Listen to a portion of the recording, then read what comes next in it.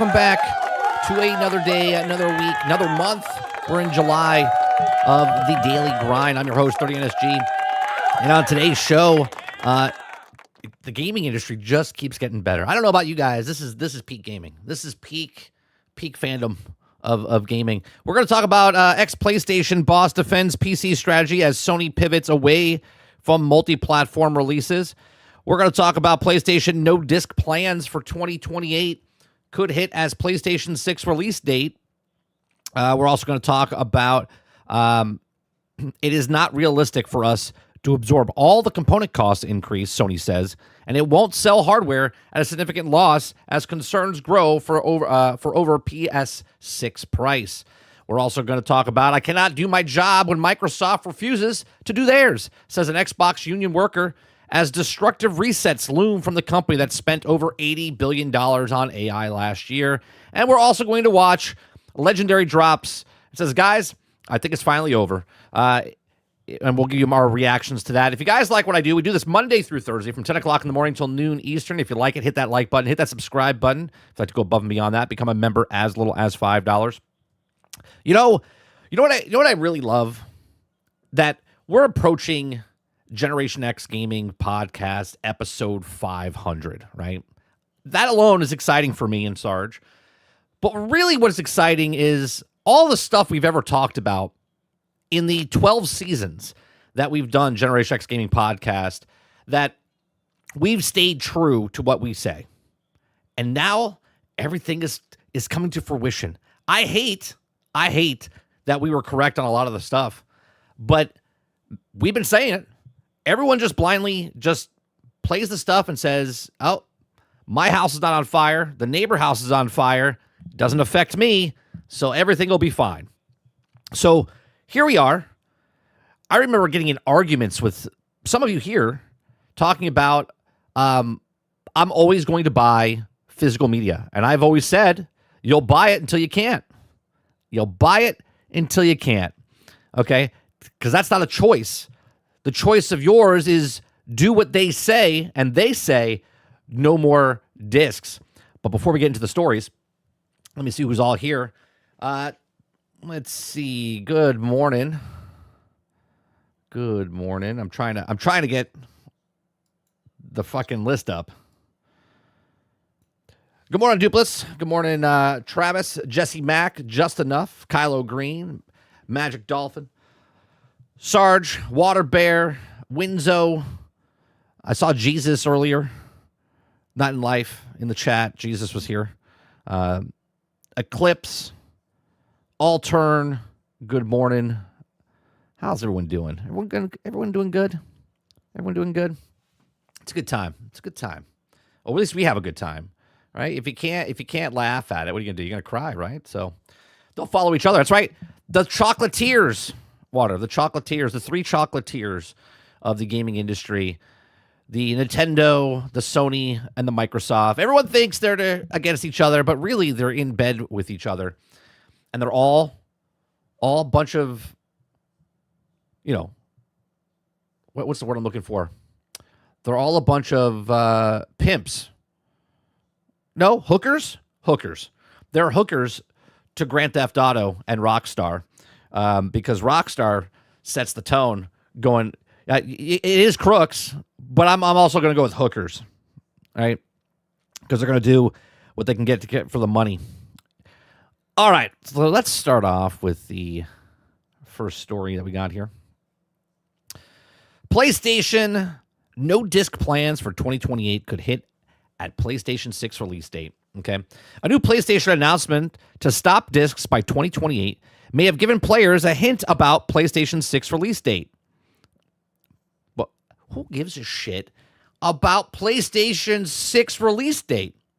Right? I think they've missed the point of what the title should be, that there's no more games, physical media. They're like, oh, well, they gave us a sign for when PlayStation 6 is coming out.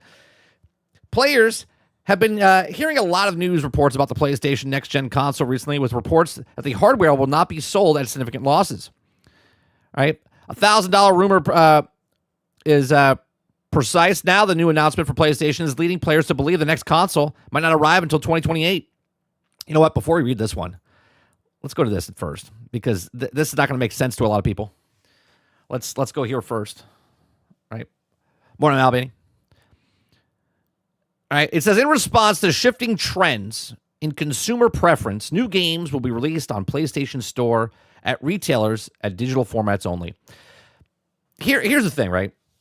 Make the problem, sell the solution. When this console, what's going on, Kraken? Right? When the systems were announced, and again, if you're just coming into my channel for the very first time, right? I am not a PlayStation pony, and I'm not an Xbot. Right? I just like video games. We talk about video games, and I always talk about the industry and where it's going. Okay, based on the things that they don't say out loud. Okay. When they first came out with the PlayStation 5 and the Xbox Series S and X, okay, during the COVID times, okay, it was very telling when they said, "Oh, well, we don't have any disk drives. We're not selling disk drives, right? Oh, but no, it's in stock. The digital console, the PlayStation Digital, the Xbox Series S, right? Those were in stock. You could find those anywhere. You couldn't find the disk drive one, okay? And then when the disk drives came out, they sold out real fast, and then they sold a separate disk drive, right? So if you wanted a disk drive after the fact, you could do it.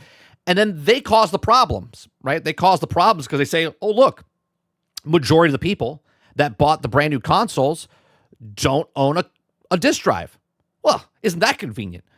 Because you didn't sell the disk drives, because you only sold the diskless versions of these things, right? When a customer looks at something and says, oh, what am I going to buy? Well, they don't have this, but they have this one, and it's a cheaper price.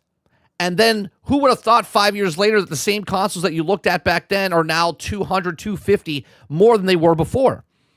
Okay? So make the problem, sell the solution, right? So they tainted the water.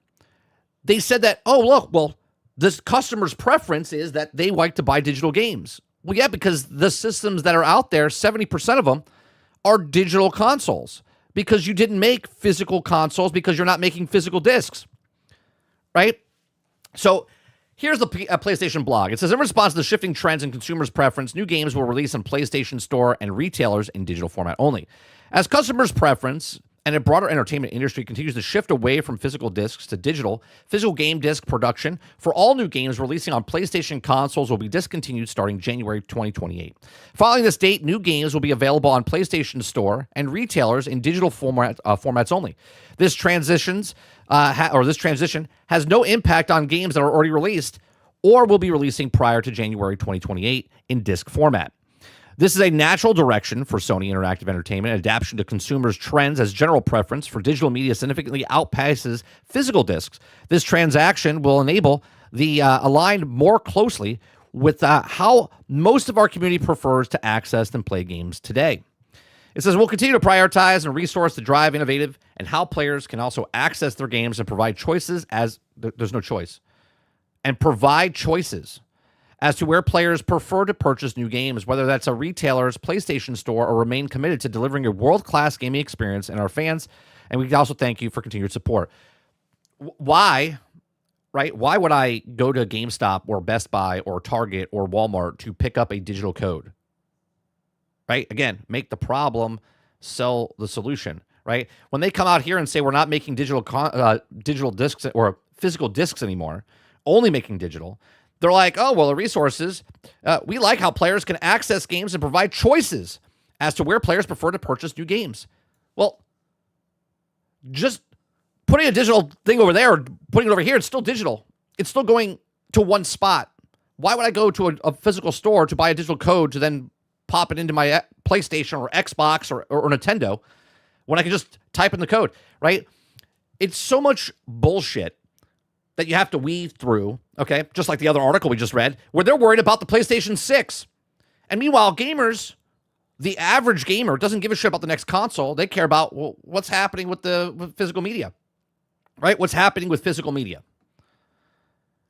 But let's spin the narrative, right? Let's spin the narrative. Oh, well, most people are buying digital games.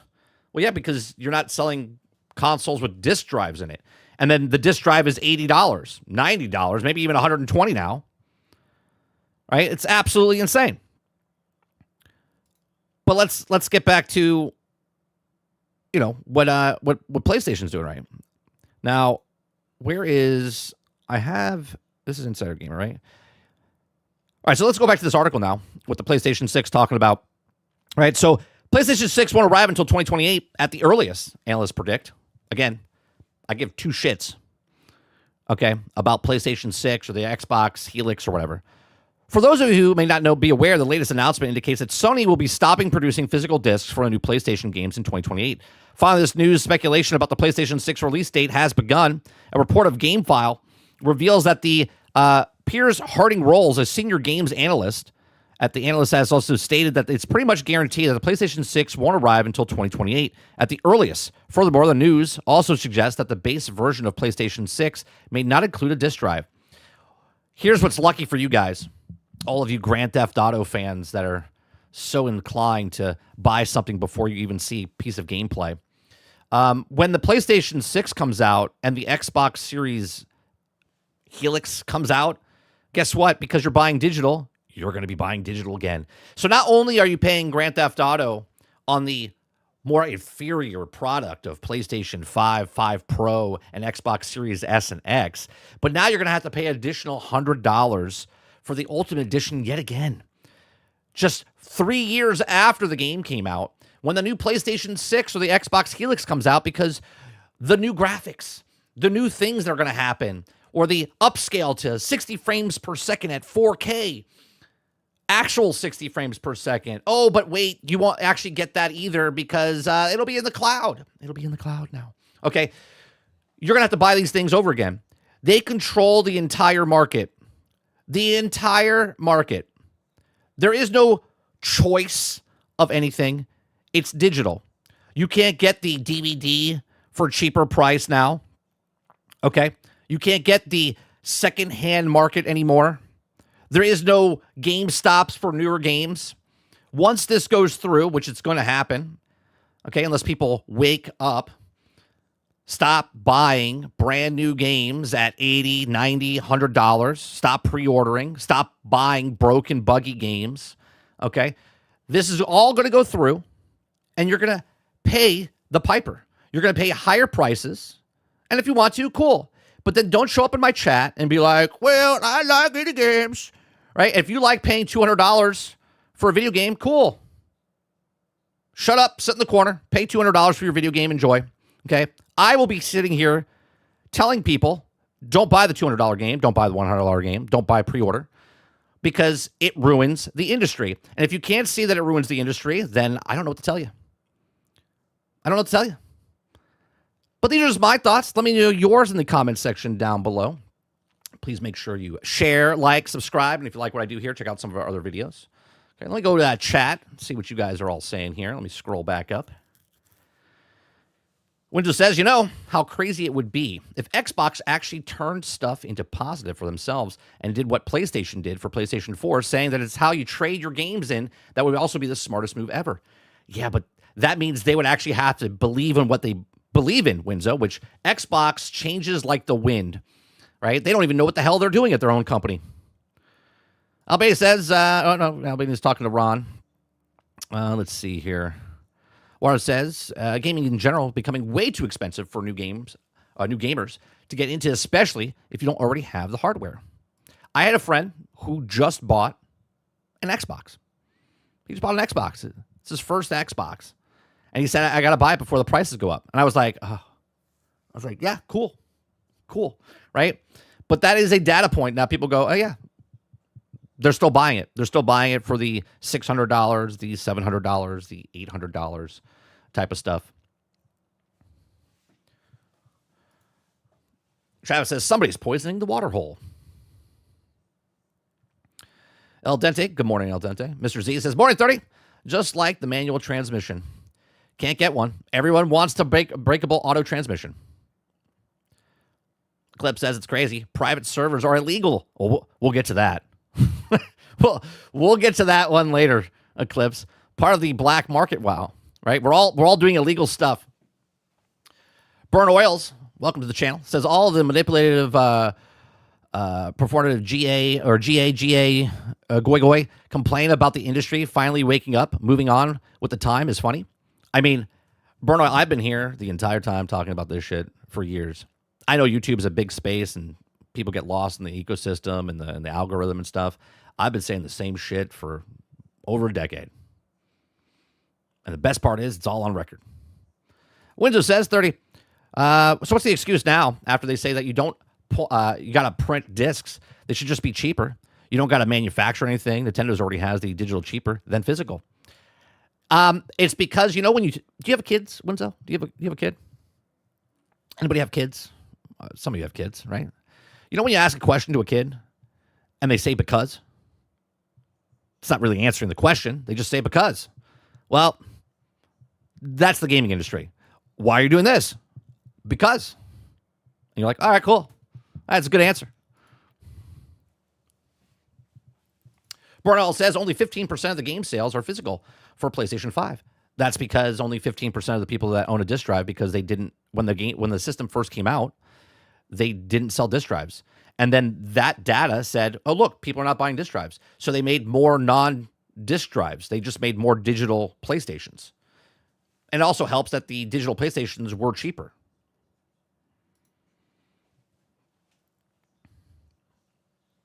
El Dente says because if there isn't physical, you can't lend the game anymore. That's right. The whole second tier market goes bye-bye. Jack says it was already heading in this direction. Physical collectors, unfortunately, not stand for this. Some will quit gaming altogether. Yes, majority of them will quit gaming altogether.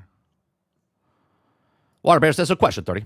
Do you believe that since they are all going full digital, they will allow third-party sellers to price the games at lower prices like the physical discs? No.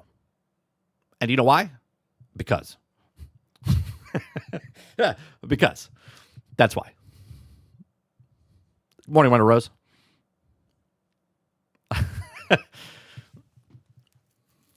Kraken says console gaming is such a joke now. I think just gaming in general is a joke. And here's the thing, right? I know a lot of people will be like, well, PC's been digital all these years. You're absolutely correct, right? But console is a completely different market than what the PC was. Now they're all kind of blended together, right? They're all kind of blended together because before, consoles were super cheap and PCs were super expensive, right? But somewhere along the line in the last decade, the people on the console market that are PlayStation fans thought they were the high-end market, right? Because they thought they were the Apple of the consoles. So they were higher, but the people that bought PlayStation were like, no, we're the rich guys. We're paying for PlayStation. But meanwhile, the people that own PCs are higher, upper echelon of, if it was upper class, middle class, lower class, right? Right? The upper class would have been PC people. Middle class would have been the PlayStation people and Xbox people, and the lower class would have been the Nintendo people, right? And that's why Nintendo's successful, because they market to everybody. Anyone can buy a Nintendo because it's still the cheapest console out there, and they sell more consoles and they sell more software out there. Okay, so these people thought, well, now there's people preaching over here in the pony world. Okay, that PlayStation is not for cheap brokies anymore. Okay, it's for high-end gamers. Well, now the high-end gaming of the console market is getting up into the PC market. PC is going up in price as well. But if you're going to pay for a console, the next console, PlayStation 6, over $1,000, well, then I would suggest that you do your research and look at a PC. Because by the time you buy the console, by the time you pay for PlayStation Plus or Xbox Online or whatever else, you get yourself a nice little PC that's way more powerful than the consoles are, and it won't be 5 times more money, okay? Because you can build it yourself. It's not that hard to build a PC. There's plenty of videos. If there's only a thing called, YouTube, where you can watch people build things and learn. That way you can save yourself some money, right? These companies forget. The reason that Sony, the reason that Microsoft, the reason that Nintendo is successful is because of us, the customer. The customer, not the consumer, the customer. The customer was like, I like this product. I'm going to keep supporting this product. But then they were like, well, let's take advantage of them a little bit. Let's charge, Nintendo started charging for cardboard. Okay. PlayStation and Xbox started charging for stupid shit, right? Nickel and diming you here and there. Then PlayStation's like, you know what? We can't sell any more PlayStations because they're too expensive. So let's sell the same high expensive VR headset to the same people out because they have to own a PlayStation. Let's get them to buy another $500 item and not do anything with it, right? Let's get them to get the Portal, which doesn't play anything else except unless you have a PlayStation. Now they've changed it, but you have to pay that price. Xbox, oh, well, you can't do this. Well, let's get them day and date. Right? Let's lie to them. Let's give them a day and date and stuff. And then now go, I don't know if we're going to still do day and date. Right? All of them are all in the same bed. Every single one of them. Okay? Everyone's, that's a Sony pony or Xbot or Nintendo. What do they call Nintendo fans? I don't even know what they call Nintendo fans. They just call them Nintendo. Burn Oil says, my dad's is rich. I can afford $200 digital games. Well, you're not rich then. Your dad's rich. But good for you. Drummerman says, good morning, 30. Hope you're having a good day. Will you be buying the PlayStation 6 system? No, I will not be buying an Xbox Helix or a PlayStation 6. I have a nice computer. I'm going to upgrade my computer, and I'll be playing computer games moving forward because consoles were in a market where they were supposed to be cheaper. If I'm not going to be cheaper for consoles, then I don't need a console. I'll just go back to PC gaming. Mr. Luke says, fuck you all by getting it from the CD keys / loaded with discount. So now I'll be going to grab an old game like super cheap ASAP. What's going on, Mr. Luke? RoboGamer 1HD says, I'll be honest, I'm pissed that Sony is doing this for gaming. I love my physical games. I think it's all because of GTA 6 that Sony is justifying making the decision to cut off physical disc. I'm glad you brought that up, Robo. Grand Theft Auto, as Iron said earlier in the chat, was like, it's all Grand Theft Auto's fault. And I know he's just joking. But Grand Theft Auto, you got to remember, look at the runway before we got to Grand Theft Auto announcing the pre-orders and stuff like that, right? The industry, the reports, all the rumors that they were talking about before, they needed, this is before even Switch 2 was announced with Mario Kart, okay? They were leading up to it because Grand Theft Auto is 18 months delayed, okay? They were supposed to come out and they were supposed to be the first $80, $90, $100 video game. They've been pushing that, okay? Now that Grand Theft Auto is here, and we know it's $80, $100 for the actual game, $80 for the broke tier game. If you bought the $80, you're broke. Just let you know. I'm not saying that. The industry's saying that. Okay. The $100 video game is here. Now you could say the $100 video game has been here because of the Ultimate Editions and Deluxe Editions, Special Editions, and stuff like that. And you might be somewhat right, but this is the standard now, right? The standard is $80 video games. It could be just first-party titles, so all first-party titles will be $80. Okay, GTA 6 came out, and you're absolutely right. Just like the Steam Machine came out, and now the consoles are like, oh, we can justify raising the prices again because did you see what the Steam Machine is? You see how powerful the Steam Machine is? And it's comparable to us, so we can raise the price. Grand Theft Auto has now said, well, look, they're selling the Grand Theft Auto, and we don't know the sales numbers. We think we know the sales numbers, right? People are talking about 39, 40, 50 million copies sold. So they're like, yeah, let's do that because they're buying all that digital. So let's do it. Let's go digital. And we'll give them a leeway. They're giving you a year and a half right now to be conditioned, right? To be conditioned. Aku says, but 30, it's got PlayStation logo on it, so it's 100% worth $250 for the standalone edition. 100%. Why? Because that's why. Jesse Max says next generation consoles cost them probably $2,000 depending on where the people life in the world and the economy. Jack says if they're going full digital, prices have to be adjusted, or what's the point? Because. Alvania says eBay resellers are cooked. Burn Oil says it's fine if they quit gaming. It'll give them more time to complain about quitting modern gaming on X. Winzo says time for everyone to move on to PC now. And well, here's another thing, right? If we just ignore it, going to PC is just ignoring the problem, right? The problem, the 10 dogs. Thank you. I don't think I saw it in chat, right? Or the 10 drones. I like what you guys are saying there. I'll get that into a second. If let's just say everyone moves over to PC, well, then the market will change and be like, oh, well, consoles go away, but then they'll start doing the exact same thing. They'll try to figure out ways. They'll charge you to play video games on the PC. See, when the saturation point happens and stuff like that, they'll just do something different. They'll just change, right? We have to make a point of why this is happening. If everyone just moves and forgets, remember the example I've done in the past, Winzo, where if my window is right next to me right here, there could be a Jason Voorhees murderer outside my window, right? I see him. If I close the blinds, it doesn't make him go away. He's still there. He's ready to kill me. Okay? That is what's happening with the gaming industry right now. And customers, all of us are to blame. All of us are to blame, right? From buying the digital games because we're too inconvenient to get in a car, drive to the place, and buy the stuff, right? All of us have a part in the game. So if all of us have a part in this, then we can all change it. We can all change it by not buying. And when I say no pre-orders, no day one, no full price for a half-ass game, okay, that is talking about the AAA industry, okay? A full-price game of like Silksong is $20.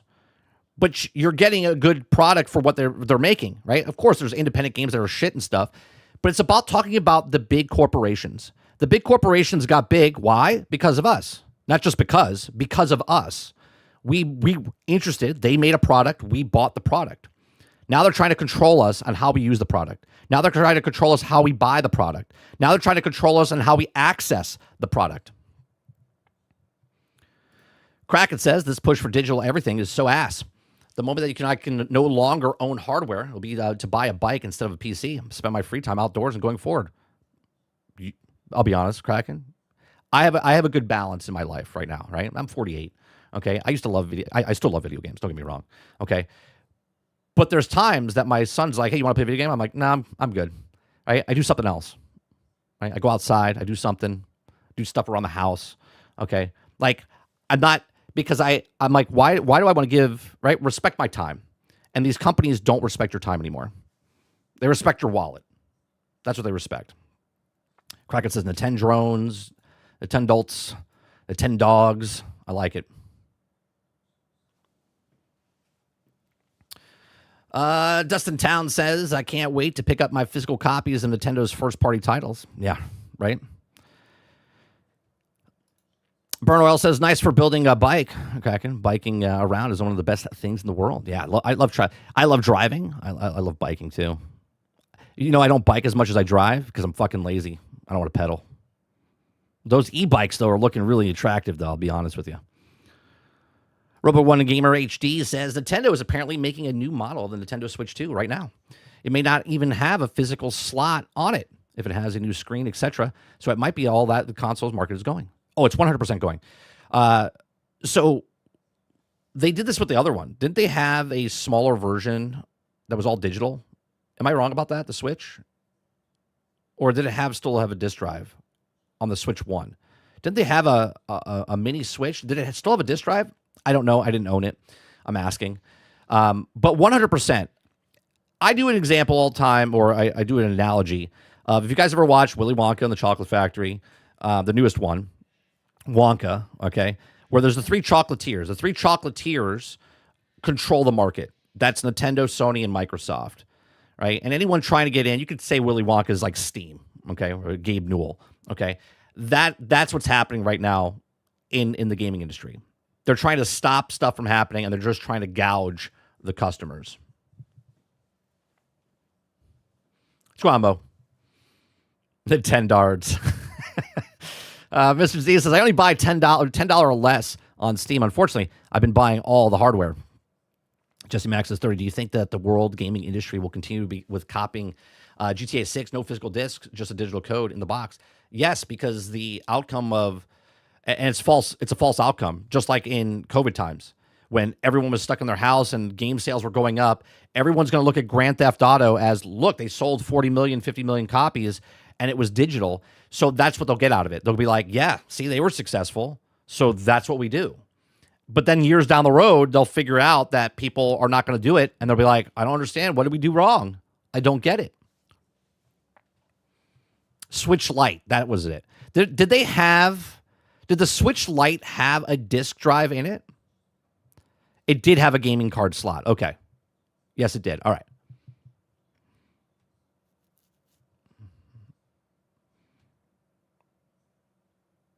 That's what it was, Winzo. That's what I was thinking of. Yeah, it was all-inclusive. It was smaller. The Joy-Cons didn't come off. Yeah. That's what I was thinking of. So what Robo One HD is saying, yeah, I can see that. If the next Switch doesn't have a disk drive or card slot, whatever, 100%, I can see that. Look, they want monthly payments, is what they want. And I'm telling you, a lot of you guys are new in my channel. Okay, I've been talking about 2 years ago, 2.5 years ago, I said the gaming market is going to go to cloud gaming. And a lot of people pushed back on it, which is I understand because a lot of people can't see until it's in front of them, which is fine. Okay, they're gonna make the gaming cloud base, right? And my argument to the people that are pushed back on this is everyone thinks, well, the infrastructure in my area is not good enough for cloud gaming. And I get that, right? If you're out in the rural areas and stuff like that, and maybe you can't get it, but their spot's not that. Their spot is mega cities, where like there's tens of millions of people, and they all pay for data, and they all pay for monthly fees, and they all pay all that stuff because that's the lifestyle that they live. Okay, and that's where they do the infrastructure. Okay, why do you think that PlayStation doesn't charge what they're charging over here over in Japan? Okay, they give them to them at cost. They lose the money for the systems because it's a lower market over there. So they want them to get it. Once they're in, right? Obviously, it's a digital system. They got them, right? That's what they got. So cloud gaming, this is what the gaming industry is going towards. The gaming industry wants cloud gaming. Why? No, that's not why. They want it because it's a monthly fee. It's a monthly fee, and they can control you and data cap you and all of this other stuff. And if you want to play it more, right, because you get addicted, right? You get the $50 plan. You get the $100 plan, right? Look at what GeForce Now is doing. Before, it was unlimited. But now they're getting more popular, and the servers are running a little higher, right? So what they're doing, they're capping everyone out at 100 hours per month, okay? Even though Sony has one of the best cloud gaming systems out there, and then Xbox has cloud gaming, right? And it's a small portion of it right now. And what I'll tell everybody is it is until it isn't, right? It will be the majority. And when I say majority, it doesn't need to be 60, 70, 80%. It just needs to be 33%, 35%. And that's where the majority will be going. Because if they can capture a monthly fee for cloud gaming every month and make billions of dollars a year doing absolutely nothing, because now they're not even making digital codes. They're just putting it on a server, and you're accessing that server. That is the future of gaming. Not because I say so, because that is what is happening. Dupla says, Rockstar employees are trying to unionize before GTA 6. They've been trying to unionize for a while now. Mr. Z says, I guess we can't say mobile phone industry set the standard for the devices that only work with subscriptions. I'm going to butcher your name. Was it Raihigos? I butchered it. Welcome to the club. As Sony is still trying to triple down on live service games too. All of them are. It's not just Sony. We need Mint Gaming. Come on, Ryan. What's up? Did he sell off Mint Gaming or Mint Mobile? I could have sworn he.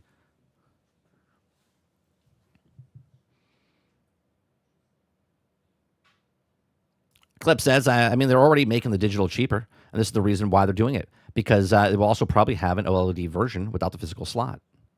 It makes sense, right? If we just look at it, right? Oh, I miss midnight releases. My brother-in-law, not a big gamer at all. Okay, he plays 2 games.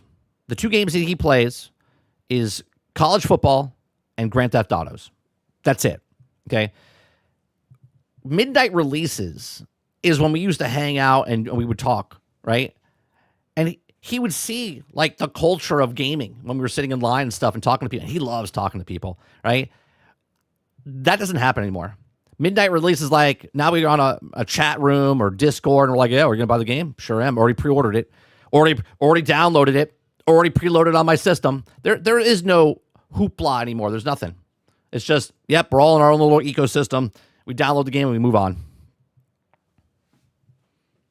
I love midnight releases. You would meet so many interesting people. Let's talk about PlayStation. PlayStation says here that It is not realistic for us to absorb all the component cost increase, Sony says. It won't sell hardware at significant losses as concerns grow over PlayStation 6 prices. If you guys like what I do, we do this Monday through Thursday from 10 o'clock in the morning till noon Eastern. If you like it, hit that like button, hit that subscribe button. If you'd like to go above and beyond that, become a member as little as $5, right? If it's not realistic, okay, for us to absorb all the component costs increase, Sony says. So Sony has insisted it has no plans to sell hardware at significant loss, with the concerns of growing over the potential price of PlayStation 6 amidst the ongoing rampocalypse. Current generation consoles have gone up in price with Sony, Microsoft, and Nintendo, and they will go up again. Okay, they will go up again. Okay, Nintendo's struggling to cope with the component shortage fueled by AI boom. Sony raised the price of the PlayStation 5 consoles in April, bringing the cost of the standard PlayStation 5 to $649 and the digital edition to $599 and the PlayStation 5 Pro to $899. Can we just, I'm not picking on Sony. I just look at these prices. Like, what are we talking about? If you're a PlayStation 4 guy right now, right? You love PlayStation. You're like, I was going to buy a PlayStation 5. I was just waiting for the consoles to go down in price so I can, right? PlayStation's like, no, you want it. You got to pay premium price. Right? If you're going to pay a premium price, you might as well just save up. Just skip Sony altogether, right? Because you're still on the 4, okay? Right? You might as well just go straight to a PC and get yourself a PC. You can do a whole lot of other stuff, and you don't have to pay to play your video games, okay? It's blamed that the move has continued pressures in global economic landscape. Just last week, Microsoft announced a significant Xbox price increase of its own with the kickoff in August, where they're raising it another $100, $150. They can come less than a year after the last Xbox price rises of October 2025. We hope another price increase would not be necessary, and we have to spend the last several months working on suppliers and options. Microsoft explained, unfortunately, console shortages and memory prices have increased by more than 2.5 times, and we're expecting another doubling by the fall of 2027. Doubling. Meaning 5 times more than what the system is now. The entire consumer electronics industry is struggling with the current components crisis, but the effects are particularly hard on the consoles. Unlike phones, computers, speakers, and other consumer devices, consoles are typically not sold at a profit, but instead less than cost to make. This is, I call bullshit. Are you ready for this? Because we've actually had multiple stories over the last decade that they used to sell the consoles for a significant loss, because obviously they would make more money back on the back end with software. About 10 years ago, with the PlayStation 4, okay, and the Xbox One, and I think at that time was it Nintendo Switch, or was it actually the Wii? Actually, it was the Wii U. But about 10 years ago, well, we'll say the Switch because it came out in 2017, that they started making money on the consoles. They weren't losing money anymore. But now, because the prices are rising, they're like, we don't want to lose money. No, because they had a good thing. They were making profit on the consoles, and they were making profit on the digital goods, okay? And they're like, well, we don't want to take a cutback of that, even though these companies are making, was it like 46% more per copy of a game? Before, they used to give out to GameStop and shares and all this other stuff, but now it's just digital, straight to them, right? So they call it the middleman. They made all that money. What did they do with that money? Well, they threw it back in. They're like, well, we can make more money. Now we're making profit on the games. Or, sorry, not profit on the games. We're making more profit on the games. We're making profit on the consoles. We're charging for PlayStation Plus, for Xbox Gold at the time, and then Xbox Online or whatever, right? And they just keep doing it. And then on top of that, they're like, oh, let's add microtransactions. Season Pass, Battle Pass, right? First-party games, going to live service so they can keep constantly making money. But they don't want to absorb all the costs, guys. They don't want to absorb all the costs. There's not only a concern for Sony will be also forced to raise the price of PlayStation 5 yet again, because it will happen, but the next generation of consoles, the so far unannounced PlayStation 6 and Microsoft Project Helix, will cost at least $1,000 unless both companies are willing to take a significant loss on each console sold. They won't. And it will. Okay. In a recent Q&A, Sony Interactive Entertainment President and CEO Nishida published in English by Sony itself. It says exclusive suggests taking a big hit on the next consoles isn't something PlayStation will do. Of course not. It says, quote, considering consumer behavior, could you update us on your current thinking regarding hardware pricing and profitability? For the next generation platform, is it reasonable to assume that their pricing will continue to prioritize profitability of the hardware as it does today? Okay, as it does today, profitability off the hardware.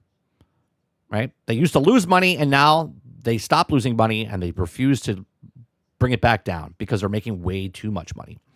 Okay, first, we regard hardware as a base of providing gaming experience by offering products such as PlayStation Portal Remote Players, PlayStation PS Portal, aimed to provide an experience tailored to users, play styles beyond the living room, which also traditionally has been considered a primary usage environment. He also continues to say, as the pricing is, it is not realistic for us to absorb all component cost increase, and we are also already implemented at some price increases outside Japan, and present, however, is proceeding to plan, and we do not believe that this has led to a decline in customers' demand. Well, the only way that's going to change is if we stop buying the stuff.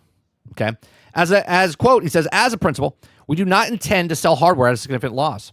At the same time, we're carefully monitoring the market and continuing to evaluate our approach. We believe it's important for us to make every effort to ensure the customers fully understand the value we provide in relations of pricing.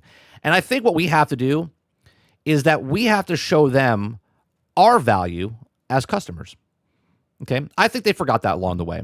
This goes for any single business. This is not just developed a video game business. Okay, this is about anybody that owns a business. If you're a business owner out there and you make a product or you sell something, right? If it's food, if it's a physical item, right? As a business owner, you're trying to make the biggest profit for yourself, right? But you're also trying to provide something of value to the customer, right? If you're making donuts, okay, and you make the goddamn best donuts in the world, and then all of a sudden you have an influx of people coming in because you make the best goddamn donuts in the world, and then all of a sudden it's getting really expensive because now you're getting volume of a lot more people coming into your store and you're making a lot of donuts, and you can't afford the recipes that you were using, so you have to skim down on it, right? So then you start using a different ingredients for it, and they just don't taste the same, right? And now the people that were giving you the money because they loved your donuts, all of a sudden those donuts don't taste the same anymore. All of a sudden, your business starts to, and you're like, what do we do? What do we do? Well, they'll raise the prices.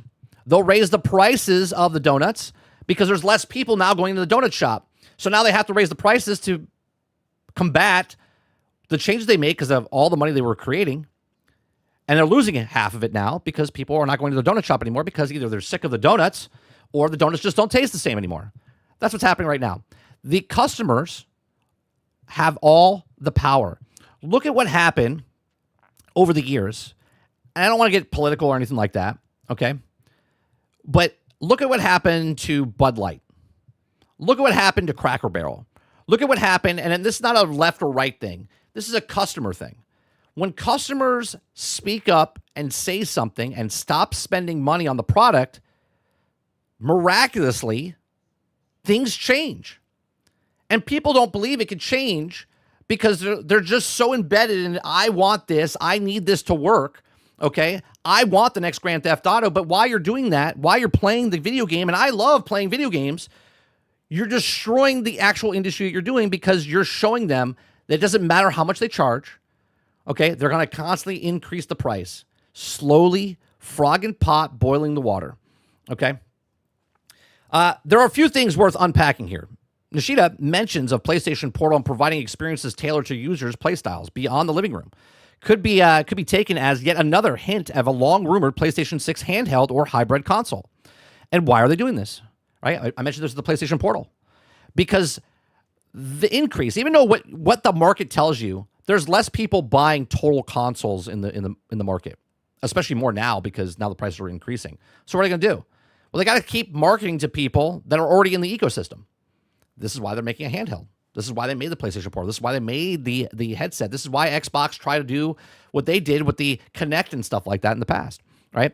There's also an acknowledgement that Sony will also pass on some component cost increase to the customer. No, they will spend all of it on us, okay? Push it all towards us. There's a lawsuit going on right now.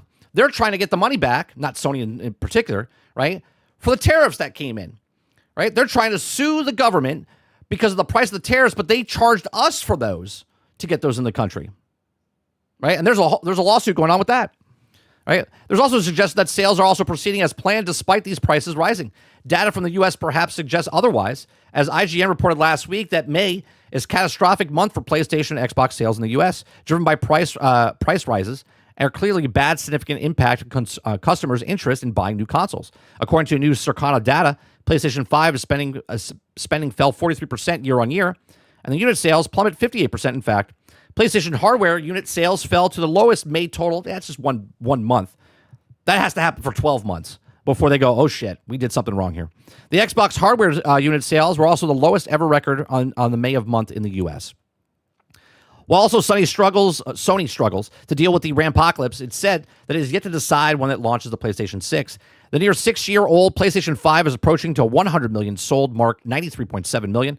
Although it continues to lag behind the PlayStation 4, it's worth remembering that the PlayStation 4 have been various prices cuts at this point in the life cycle, making it a compelling casual purchase. Yeah, but don't let this fool you either, because the PlayStation 5 is the most profitable console they've ever had, and they're way under sales of the PlayStation 4, but the PlayStation 5 is now $800-$900, right? That's like 3 PlayStation 4s sold. It's crazy. There's even concerns that Sony and Microsoft won't be able to release enough consoles into the retail channel to meet demand this Christmas. Fueled by guaranteed system sellers and GTA 6, don't worry, there's plenty of secondhand consoles that you can get over the years that people were just tired and didn't want their consoles. You can go pick up PlayStation 5s, 5 Pros, and Xbox Series S's and X's secondhand. During the financial Q&A in May, Sony boss Hiroki Totoki, best name in the industry, and Sony had enough materials to see it through the rest of 2026. It's also worth noting that recent reports of Sony may also have been delayed the release of the PlayStation 6 to 2028 or even 2029. We don't need new systems, by the way. We don't need new systems. They're not going to make groundbreaking games for the next system. They're just trying to make a next system so they can charge you $1,000, $1,200, $1,300, $1,500. Okay?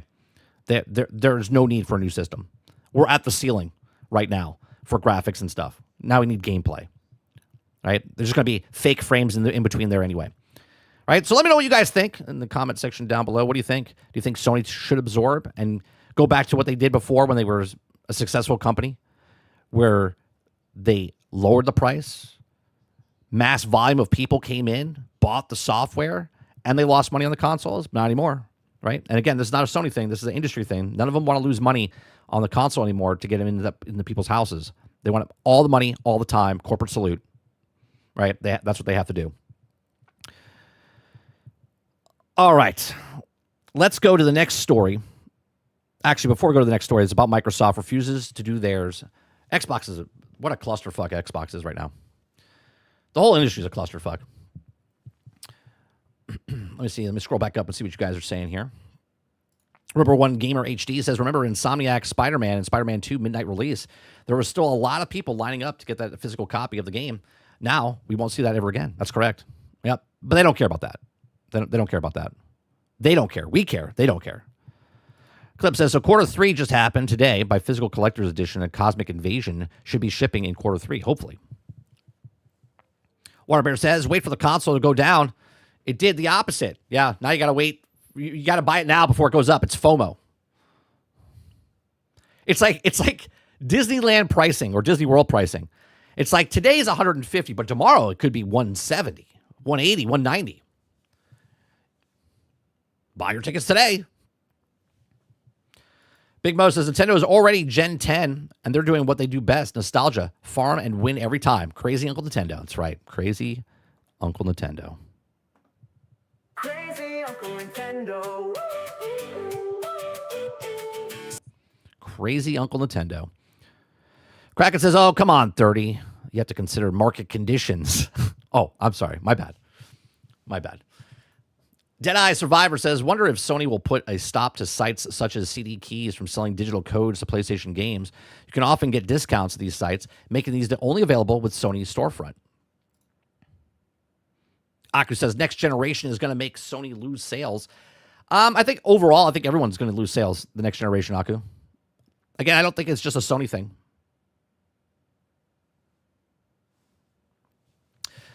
John Doe says, as someone who has almost 3,000 games over 75 plus consoles, I must say gaming is cooked right now. I don't have as many as you, but I've owned every system except the Atari Jaguar, Neo Geo, and now a PlayStation 5. I've owned all of them. Okay. And it's sad to watch, John. It really is. Right? I talk about this stuff because I'm trying to get people to wake up. Like you guys could do what you want with your money, but just know that what the industry is telling you is they're full of shit. They're full of shit. What they're doing, okay, they have to remember that without the customers, they don't have a business. Right? Right? Yeah, I don't know if there's 75 consoles. I mean, we could double check him, but yeah, I get his point. I think what he's saying is I've owned every console, right? I think that's what he's saying. Sonny Costello says, how do we stop this? Real easy. Okay. If you're a person that just got into gaming, let's say today, okay, there is so many ways. Let's just say you have a PC. It's digital. Okay. It's digital, but there are so many games that you can play right now. More games on planet Earth right now than you could ever play in your entire lifetime. Okay. Just the last 3 years. Right? In the last 3 years on Steam, there's been like 54 to 58,000 games have come out in the last 3 years on PC. Okay. Now, obviously, not all of them are good, but even if it's just 1,000 games, it would take you such a long time to play those 1,000 games. Okay. Right. And Mo says free to play. Right. There's so many games that you can play that are new that are just in the last 3 years. Then there's a shit ton. Because if you've never gamed in your entire life, you can go back. There's emulators on the PC. You can go back and buy an old school console and go get the whole back catalog, okay, and play all these games. You never, ever need to buy a brand new game again. Imagine that, okay?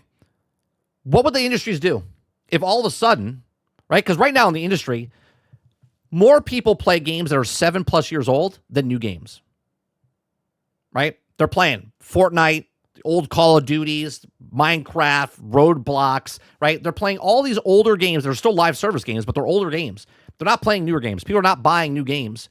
Less and less people are buying new games. But then there's that Grand Theft Auto that comes in. And the industry says, see, people are still buying new games. But they don't understand what went in front of that. What made Grand Theft Auto to that point, right? There are so many games that you can play.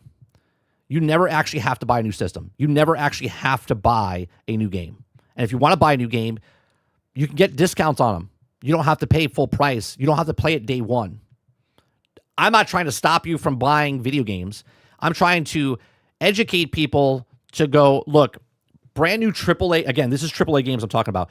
AAA games come out broke, buggy, and unfinished.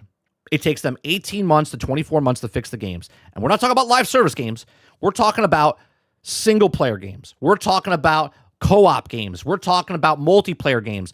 AAA companies, okay, push it out the door and fix it later. And they fix it later because they make all the money up front. Perfect example right now, Battlefield 6.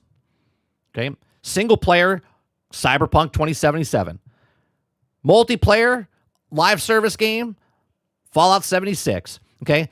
These three examples right here, okay, they're not the outliers. They are what the industry is doing. Broke, buggy games come out. They fix it over time, and people wonder why it keeps happening. Because they don't look at it as bad games sold. They look at our games sold. So other people look at, we can make a live service game, and we can make money off of it. Look at High Guard, right? I call it High Guard, not High Guard. Okay, High Guard came out, bombed. Concord came out, bombed. Why? Because people are starting to see it. They're like, I don't want to spend my time with this garbage.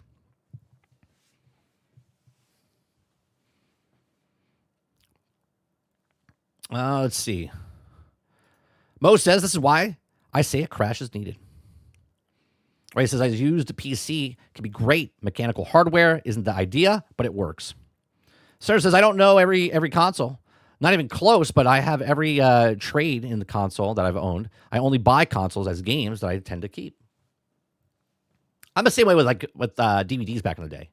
Right? DVDs back in the day, I used to only buy the movies I was interested in. I didn't buy every movie that came out. I sure didn't say, if you didn't buy that movie, you're a hater of it. You know what I mean?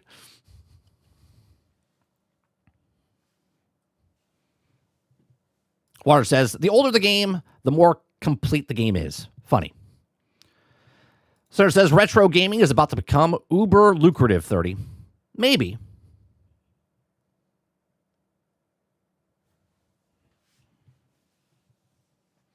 there might be 76, but they might not all be in like one country. You know what I'm saying, John? I knew what you were saying. I knew what you were saying. Right? Because I mean we can look it up. Here, let's take a look, right?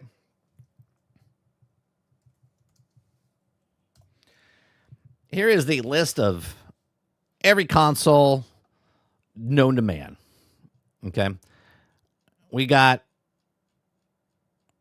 59 here. Now I'm sure they got other ones that are missing out here, but they got 59. So they're I would say you're pretty close, right? I would say you're pretty close.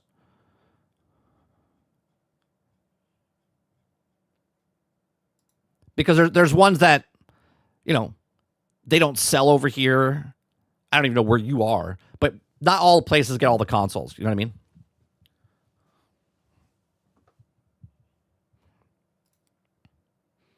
You're 100% right, bro. I've been playing games since NES. I can go back and play all the older stuff never got around to. That's exactly right, Sonny. Right? I understand it's a weird place. Like you go to YouTube, you listen to other content creators, okay, and they're playing the latest, greatest new game. Perfect example. There's a new game out. Well, it's not out. It's early access, but people are playing it. Sans, Orphe, whatever I forget what it's called, but it's the Sans game where people are on walkers and the streamers are playing it. That is a game that I would never buy. I would never buy that game, right?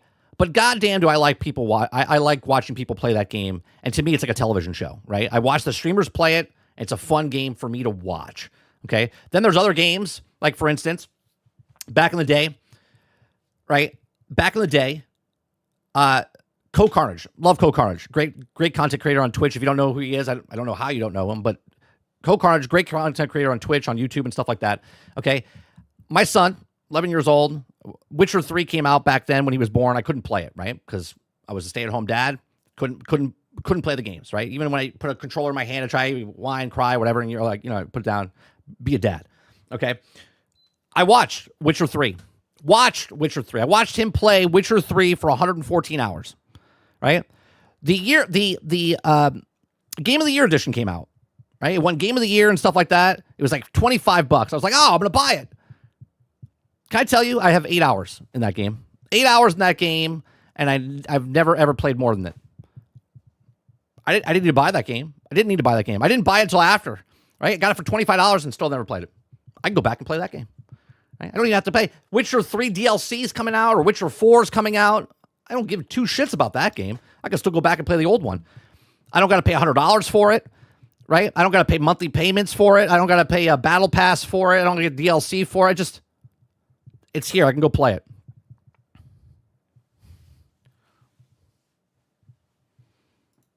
Dupa said Fallout 76 outlived Destiny. Well, it's only been out for what, 8 years, Dupless? Came out in 2018?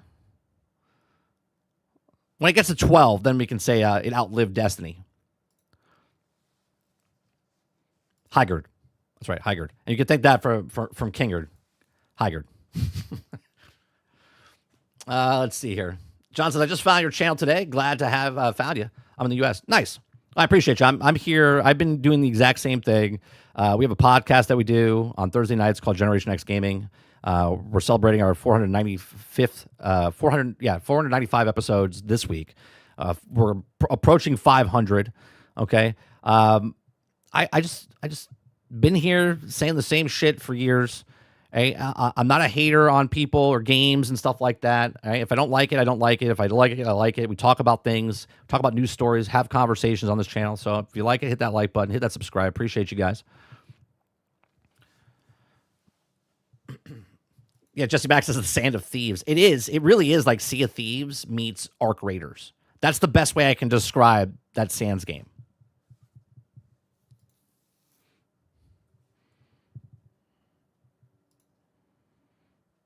All right, let's go to Microsoft here, right? Microsoft, it says, I cannot do my job when Microsoft refuses to do theirs, says Xbox union workers, as destructive reset looms from the company that spent over $80 billion on AI last year. Now, I just want you to guys keep in mind what we've talked about in the last couple of weeks of everything that's happening with Xbox, right? Satya Nadella says they haven't made money. They haven't made money. but yet they spent $80 billion on AI last year. Remember, they spent $69 billion just a couple of years ago to buy Activision Blizzard. Okay. Why would game developers bother to put forward their best work under these conditions? They wouldn't. They wouldn't. Look at this. This is the guy right here. This is the guy that should get all the blame for what's happening. Even though he doesn't work in the Xbox sector, he is the CEO. Between him and Amy Hood is why Xbox is where it is today. Okay? In the shitter.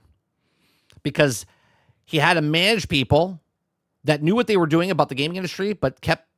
I've worked with people like this before. I worked in the film industry for 20 years, right? There's always these producers that came in, didn't leave the fucking director alone. You hire the director to direct, but there's these producers that think that because they watched a movie on TV, they know better, and they're like, oh, you should add this. You should put this in here. You should put that in there. And then what you get the Supergirl, okay, is what you get. Okay, so Microsoft likely got another wave of layoffs and the studio closure coming in. Displeasure to say, with multiple studios on the chopping block. In another pip to pattern, scattered shot project cancellations and studio closures in the same vein of the company shutting down Project Blackbird. Project Blackbird was this new MMO that ZeniMax was working on. They were almost done with it, and they shut it down before it ends. Why? There was rumors yesterday. We had a report. State of Decay 3, they just showed it. They've been showing gameplay, right? They've been showing all of this stuff about it. And now that company might be shutting down. It's like, Microsoft, what are you doing? I don't know if you know how to make money in an actual business model, but you have to finish the thing that you're making and then sell it. I know it's crazy. Okay. Spencer loving it. Closing Tango Gameworks despite Hi-Fi Rush being touted as a success. Basically, for Microsoft and any wider industry at large, there is no real guarantee that a good work will keep you in a job. Right. So right now, you have people will be like, oh, you got to buy the game. You got to support the devs. Okay, great. We bought the game. We support the devs. And then they get fired. Oh, by the way, I don't know if you guys know this. Rockstar fired a bunch of employees leading up to the release of Grand Theft Auto. Right? It just made all its money back probably. $2 billion, $3 billion. But they had to fire people because. Morgan Goen, a senior encounter designer at ZeniMax Online who has been through the ringer, already being caught in the shock of closure of Arcane Austin and losing out on months of employment before finding her feet, says there's also a clear gap between what we need and how Microsoft talks about us publicly and how we're also being treated across of all the studios. Can I just say this guy was at Arcane Austin, which made Redfall. Now, when Microsoft bought Bethesda and Redfall was being worked on, it wasn't anywhere close to being finished. And they said, go ahead and release that. And it bombed. Then there's games that were completely done, like Blackbird, okay, and State of Decay 3 that's working on the process, and other games that were, and they're like, no, they'll close those because those are going to be successful. We don't want successful games. We want half-ass shitty games to come out, okay? As a union rep, Goyen feels like Microsoft only talking the talk. He says, quote, I've been entrusted with the responsibility of advocating for my coworkers, and I cannot do my job when Microsoft refuses to do theirs. This isn't just affecting one studio or one department. It's affecting all of us. We refuse to be left in the dark as the company decides to restructure in a way seriously affects all of us. He continues by saying, we're also being treated as expendable. Valued 1 week, cut the next. Why would a game developer bother to put forward their best work under the conditions? Hard work and great games do not save you from layoffs under Microsoft. That's correct. They don't care if you're making a good game or a bad game. And every day you're working, you're like, I don't know, I might have a job tomorrow. Now, I've talked about this in the past. Being in the entertainment field, and video games is an entertainment field. If you're a guy that works in show pro, movies, music, video games, at least where I went to school, I don't know if all film schools and stuff talked about this, but they get you prepared for what this industry is, okay? And this industry is very finicky. It's not for the faint of heart. It's not for people that don't want to make consistent paychecks, okay? Because if you work as a show pro, if you guys don't know, is like for the musicians in the world that set up all the staging and stuff when they tour with them. That's show pro, right? That type of stuff. If you need that structure of I work every day and get a paycheck every week and month and I have a salary and stuff like that, the entertainment field is not for you. Because a lot of the people, sure, they might get on a studio job, they might work at a tour for 6 months, 8 months, they have that check, that consistency. But for the most part, you're constantly moving, right? Now, it's a little different in the video game space because video games don't take as short to make as a show or make an album or also make a movie, okay? They're on here. It used to be 2 to 3 years, okay? So if you're a video gamer designer, you used to work on a video game for 2 to 3 years and you would move on to another studio 2 to 3 years, or your next company, the company that you did, would move on to the next game and you would have bigger stuff. Now it's taking 5 to 7 years, double. So now, let's say you're only in the business for 20 years, 30 years, you're probably only making 3.5 games, maybe 4 games in your entire life if everything is just smooth sailing, okay? But you probably won't make it 20 years at the same company. You might work and make 4 games in your entire career, but you're probably not working for the same company, okay? It says leadership points to revenue margins to justify fighting us. And when this week they raised console prices on players for a third time since 2025, and they're not just short on money, look at the billions they're already using to invest in AI. They're just choosing not to protect us. Okay? Market conditions, guys. Market conditions. It feels like I generally agree with even the outsiders. And one I won't stop being exhausted by. The video game industry has been experiencing massive growth. I want you to read that, see that, right? The gaming industry has seen a massive growth, but yet for some strange reason, they have to fire everybody because corporate salute, okay? CEO like Microsoft owns Satya Nadella took home hundreds of millions of dollars. In fact, Nadella's pay jumped 22% between 2024 and 2025. Interesting. Last year, Microsoft made $27.2 billion in 3 months. In 3 months. It was also planned to invest $80 billion in AI infrastructure. For the record of $80 billion is enough to keep a studio of 200 median salary game designers of $113,000 annually paid for 3,539 years for the piece of technology that Nadella has openly said we need to do something useful with. I don't know if that adds up. I don't know if that adds up, but 200 people at 113,000, someone do the math for me. I'm not even going to do it. Okay. They could keep them going for 3,539 years. That's multiple lifetimes. Right? That's a big number though. But that basically $80 billion. $80 billion. Now, we've talked about this in the past. I know a lot of you guys are new again. We talked about the Activision deal. And Microsoft bought Activision for $69 billion. But imagine if they just took that $69 billion and invested it into companies to make a video game, right? And I'm not talking about making Grand Theft Auto type video games. I'm just talking about making video games, small, independent people making video games. That money that they spent on Activision Blizzard, they could have invested back into Microsoft. And right now, today, we could have 30, 50 games of smaller independent developers because obviously they don't need 7 years to make a game, which they would have invested in. And then those games could have been on Game Pass because that's what Game Pass is for them. That's that's what they wanted. They wanted 100 million people on Game Pass by 2030. Well, I don't know. Maybe if you invested that $69 billion into actual other companies making games and exclusives like Sony was doing, then you could have built up the value of Game Pass. And then you would have made more money in the past. But you chose to put $69 billion towards that, and now you chose to put $80 billion into AI infrastructure, which is then destroying your own other business because no one's buying your systems. Make it make sense, chat. Make it make sense. All right?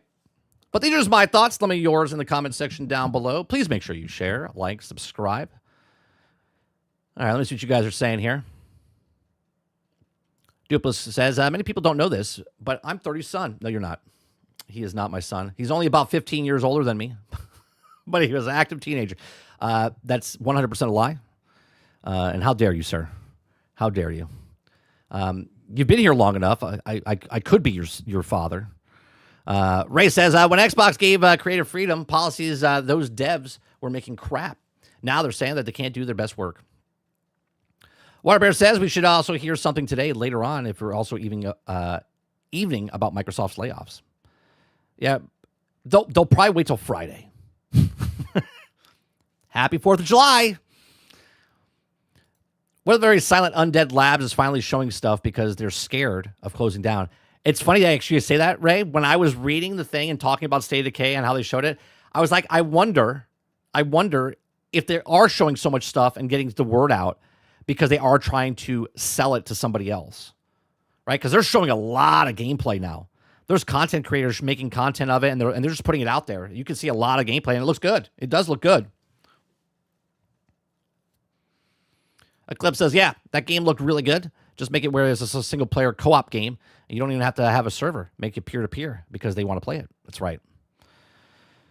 Sonny says, I'm hoping a startup company comes out nowhere and makes a new console with physical media and shows Sony and Microsoft and Nintendo that people still want physical media. I think there will be, but at the same time, it will definitely not be it'll be a very small little thing because it's going to cost so much because the supply chains and stuff like that are basically screwed. So the only way it would kind of work, and they would be a little bit more expensive and you would pay more of a premium price for the games, is like limited run games and stuff like that, right? Duplo says we don't need new consoles. Everything will be AI. Don't need to pay AI. John Doe says, so I run a YouTube channel focused heavily on physical media, movies, music, games, books. So yeah, I'm a bit obsessed about owning what I pay for. And the newest announcement are very worrisome for gaming. Yeah, that's cool. That's cool. I'll have to check it out. Jason says, worst news I've heard this month in months. Is it? Is it the worst news in months? I don't know. Come on, Jason.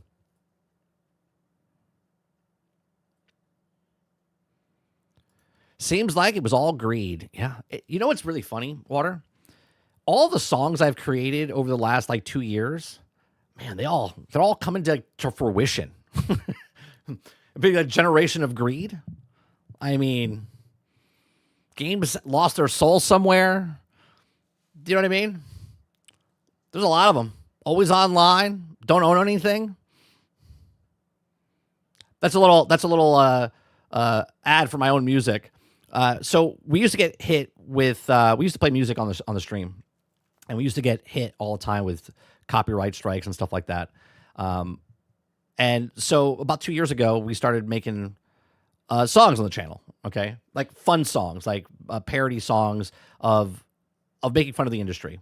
Okay, so then I started making actual songs by writing the lyrics and then putting it into Sonos or Suno, and they would also, create these albums and stuff. Now I have 2 albums up on Spotify, iTunes, anywhere you can go. They're called Perk Up, Press Play. Links in the description down below. They're pretty funny. It's a way that you can help support the channel as well. But they're also really good. Ray says, for $80 billion, you could have gifted 160 million $500 consoles for free. 160, my users. Altern says, if you want to spend 4th of July with the family, what better way than not worrying about going to work that day? That's true. Drink as much as you want that night. Jesse Max says 30 is technically what Microsoft shows Xbox on the new games, and then they shut down the studios, and basically it's a false advertisement. I think it is. Whoman HJP6 said, should I buy a Switch 2 or wait for the next PSP for my first handheld? It all depends on what type of games you want to play. I would suggest, all right, I don't know what your budget is. I don't own one myself, but I hear great things about the Steam Deck. Okay, now if you don't own, do you own games already on the PlayStation, I'm assuming, or Nintendo? Right? I would get the Steam Deck just because it's more versatile. And there's way more games that you could play besides the first-party titles and what Nintendo does. Now, if you're a Nintendo fan, 100% get the Switch 2.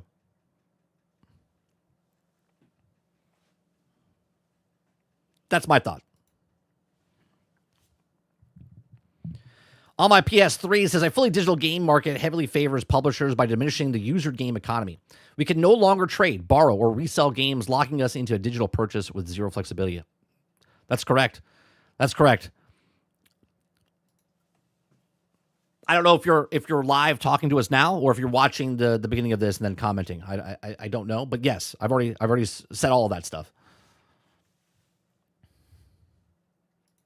I have a PC and a PlayStation 5.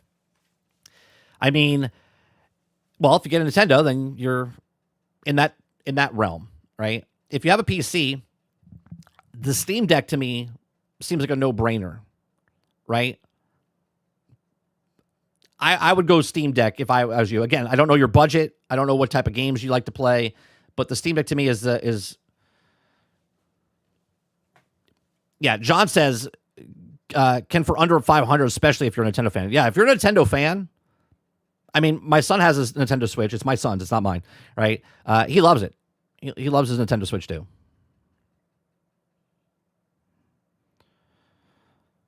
El Dante says, so I'm not getting a Switch 2 for one game. Oh, you will. Oh, you will, El Dente. Just you haven't seen that game yet.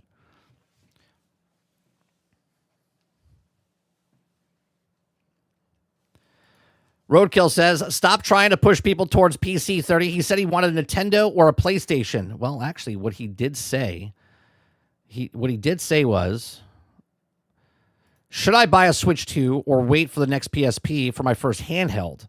Well, since PSP and PlayStation doesn't have a handheld right now, and since it's hypothetically talking about a handheld device, I compared, instead of saying a PSP, Roadkill, I gave it an actual other handheld that's in the market right now that would be well worth more in the long run than a PSP, talking maybe what if moment. So, brother, wait for a PlayStation handheld. Oh my God. Can you hear the Roadkill? Roadkill doesn't have any clear picture of stuff. He's just like, PlayStation. Let's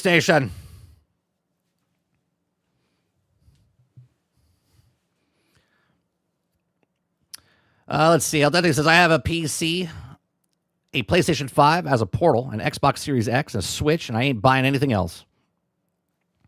Dupla says, I have a PC, a PlayStation 5, an Xbox Series X, a Series X, and a PlayStation 5 are collecting dust.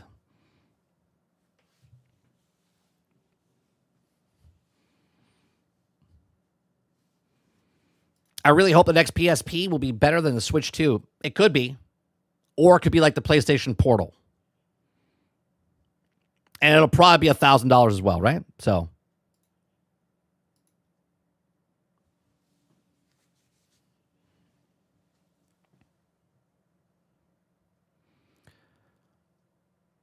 Your smartphone is already a Steam Deck. Yes and no. Yeah. PS5 says, did I miss the Sony news? Yeah, you got to rewind. We're about to go to Legendary Gaming, watch his video. Mo says a bit pricey, but I heard good things about the Xbox Ally X.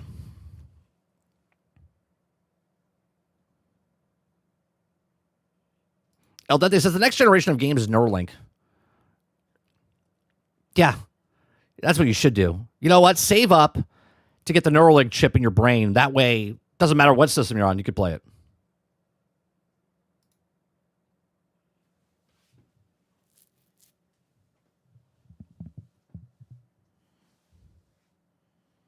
All right, let's go to... Oh, we have an Xbox boss. Oh, let's do this one first before we go to the... We have another one here. Yeah, Neuralink will have a subscription. It definitely will have a subscription. Okay. So Xbox, if you guys like what I do, we do this Monday through Thursday from 10 o'clock in the morning till noon Eastern. I'm like the London train. I'm on time every single day, Monday through Thursday, 10 o'clock in the morning. So ex-PlayStation boss defends PC strategy as Sony pivots away from multi-platform releases. So Sean Layden, we always talk about Sean Layden. Sean Layden talks more now than he did when he was an actual CEO. It's crazy. Okay. Probably because his contract ended. So he can actually talk about it now. So Sean Layden, former president and CEO of Sony Interactive Entertainment of America, has explained why PlayStation's PC strategy made sense. He says, when speaking with YouTube channel PSI, Layden has also asked about the value of exclusives, and the former executive explained that it makes sense to have games that you can only get on PlayStation, but it also makes sense to make them available on other audiences later. Layden noted that the expansion to PC was not to make money, but to grow the IPs beyond those that are already embedded in the PlayStation ecosystem. Or It says particularly the importance that grew that when PlayStation began making plans to adapt the IPs into films and TV shows, as it meant that they also needed to expand their reach. Makes sense, right? Makes sense. It says, quote, the PC thing, in my mind at the time, was not to make money, frankly, he said. Layden says, it was, how did I get intellectual properties in front of people who also would normally see it? How would I get the world of Horizon to be seen by people who aren't in the PlayStation world? Not necessarily because they're going to buy a PlayStation. It wasn't that crazy. But we also take our IPs across other medias, whether that's into film, television, comic books, or whatever. And you need to have as many eyeballs and that are aware of this character and its story. He continues by saying, just concentrating on the PlayStation population and only telling them these stories, and then try to bring it off as a platform into other media, is going to be a hell of a jump. Which he makes 100% sense of what he's talking about here, right? It does make sense. Hence why when people watch the Halo show or watch the Witcher show or watch Minecraft or whatever, Fallout series, game sales went up in every single Cyberpunk 2077 with the Netflix show, right? In every single way form, people that watched that then looked for that and said, oh, I'll go get that, right? So spreading yourself across multiple platforms, okay, to show your IP, to get more people aware of it. So when you do make the movie, when you do make the jump, it actually makes more sense. He says, quote, if someone's waiting 18 months for something to come on PC, we didn't lose that sale onto them. Oh, Layden, they think they've lost the sale. Okay. They weren't going to buy the hardware anyway, Layden said. That's correct. That's correct. If they wanted the PlayStation, they would have bought the PlayStation. If they wanted the Xbox, they would have bought the Xbox. If they want the Nintendo, they'll buy the Nintendo. But if they're not wanting to buy these things for whatever reason they don't want to buy these things for, okay, they're just going to wait.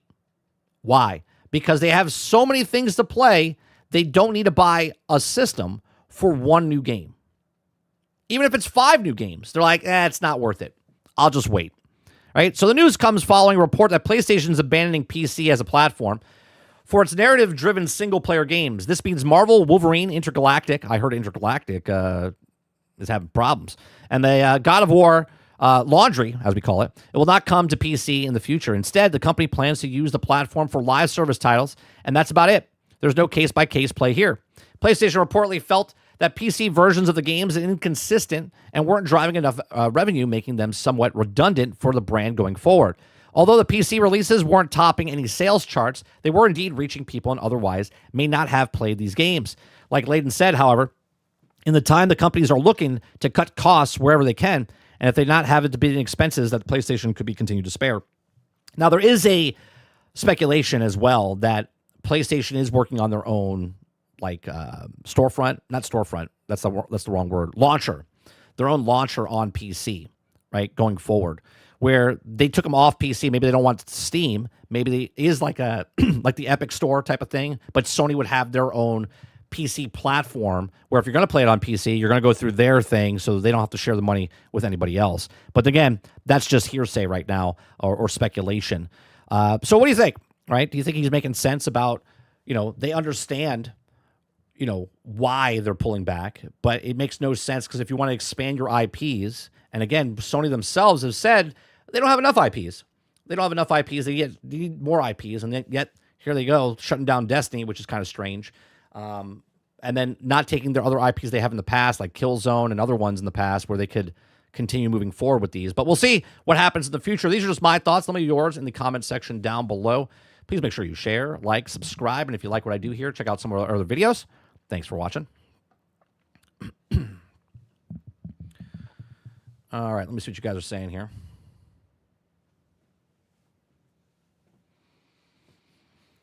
Let's see. Clip says, yeah, right now I would also buy an Ally over the Steam Deck because it hasn't gone up in price yet. It will, but it has not. Dupla says, a former PlayStation CEO is speaking out against PlayStation. Get fucked. Dupla says we need more IPs, but it just shuts down 12 projects. Yeah, it makes no sense, right? It makes no sense whatsoever. Like, we don't have enough IPs, but we just canceled 8 of 12 games.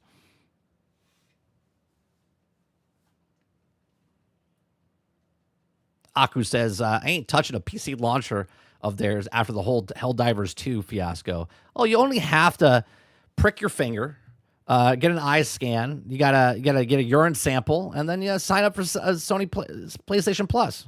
You'll be fine, Aku. You'll be fine. Dupla says Sly Cooper, Crash Bandicoot, Killzone, Infamous, Jackson Dexter. Where did they go? You know what happened, Duplas? It's like playing peekaboo. It's like, we don't have any IPs. Peekaboo. Here they are. They just found them. Yep, they're underneath the rug somewhere. Right? Maybe it's like Destiny. Maybe that's what happened. Maybe they said, hey, Bungie, can you hold on to these IPs for us? Just put them in somewhere safe. And they went, sure thing.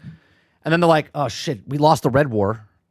What else? Oh, shit. Was the Red War on the same hard drives as Sly Cooper, Crash Bandicoot, Killzone, Infamous, Jackson Dexter? Shit. Sony, we lost all the IPs. They're like, well, all right, well, I guess we're just going to have to make new ones. Let's start up some live service games here. I guess we'll just have to make new ones.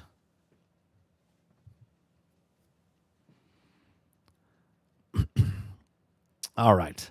It's time for Legendary Drops. Has a video that came out yesterday. It's called Guys. I think it's finally over. And I do recommend, all the links are in the description down below. If you want to look at any of the articles that we talked about today, the video that we're about to watch, go to Legendary Drop. He doesn't need my help to promote his channel, but on this channel, we react to other people's stuff and give you my thoughts and opinions as the conversation of what they're talking about. But if you want uninterrupted and you just want to watch his video, go check out his video and you can come back later. It doesn't hurt my feelings in any way, shape, or form. So here we go. Let's watch Legendary Drop's new video called Guys, I think it's finally over. I can't believe nobody has noticed this yet. Maybe they have, they just haven't put all the pieces together yet. But after watching all of these live service games that we've just seen completely just wither and die and millions and billions just completely wasted, I think it's finally over, guys. Seriously. After watching all the game announcements that we had seen over the past couple of months, I realized that they were almost entirely devoid of live service games outside of the notorious few that we see every single year. That we know of. Right? You got to think about this, Legendary. What if they had all these live service games in the background that they're still doing, but they didn't want to promote them yet? They're like, let's see what happens with this. Because the funny part, and what's going to happen here in the future, sorry to pause your face like that. That's a better face. Grand Theft Auto 6, when it launches in November, and then online comes out in, let's say, December, maybe January, okay? That is a live service game. Now, Grand Theft Auto is not promoting the live service game. They're promoting the single player game. Okay. But then they just slide in the live service game, which is online. And that's going to change the landscape of gaming. Way different than what Grand Theft Auto 5 online did. Okay. Because this is the new car smell. This is not the old car smell. So yes, they haven't shown a lot of live service games because they know the biggest live service game is a tsunami coming at the industry right now. And they're like, well, if we launch our live service game that's not established, going up against that beast of Grand Theft Auto 6 online, well, then we're going to have major problems. So this is why I think they're all spinning towards these single-player games and whatnot before the online comes out. Devoid of live service games outside of the notorious few that we see every single year. Call me crazy, but I think that these guys have given up.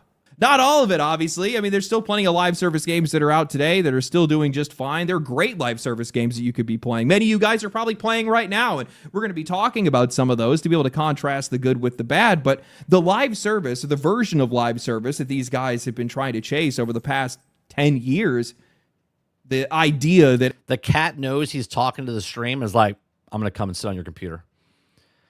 Titan says, online coming in December when Rockstar are on holiday break. Yeah, it wouldn't be the first. Wouldn't be the first. And don't worry, Titan. It will be broke, buggy, and something will happen. Servers crash. Something will happen. They'll have a skeleton crew inside there. Don't worry. Something will go wrong.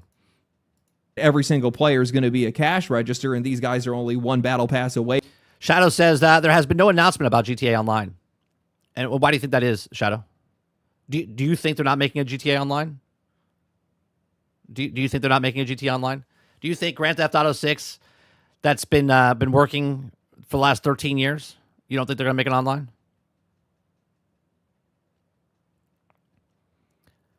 You think they're just going to move the online from 5 and move it on over?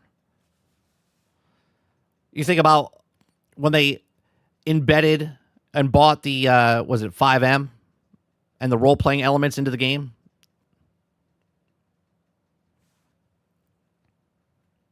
I guess we'll see.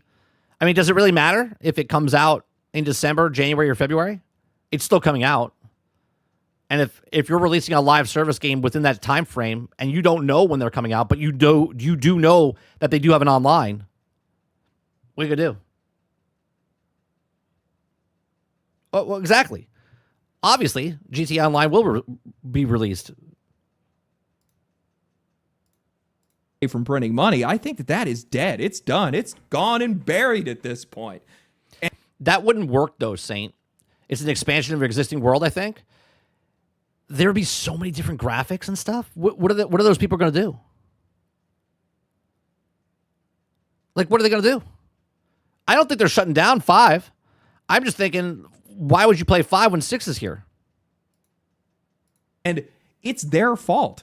They're the ones that did this. We don't have anything to do with it outside of just not playing those games in this case. But these guys had a good thing, but they just couldn't get enough. No, instead, they had to strangle that golden goose for everything it was worth. Just give me another $1. They just that would be cool if they did that, Saint, because we and Sarge talked about that years ago, where they all the different islands are attached.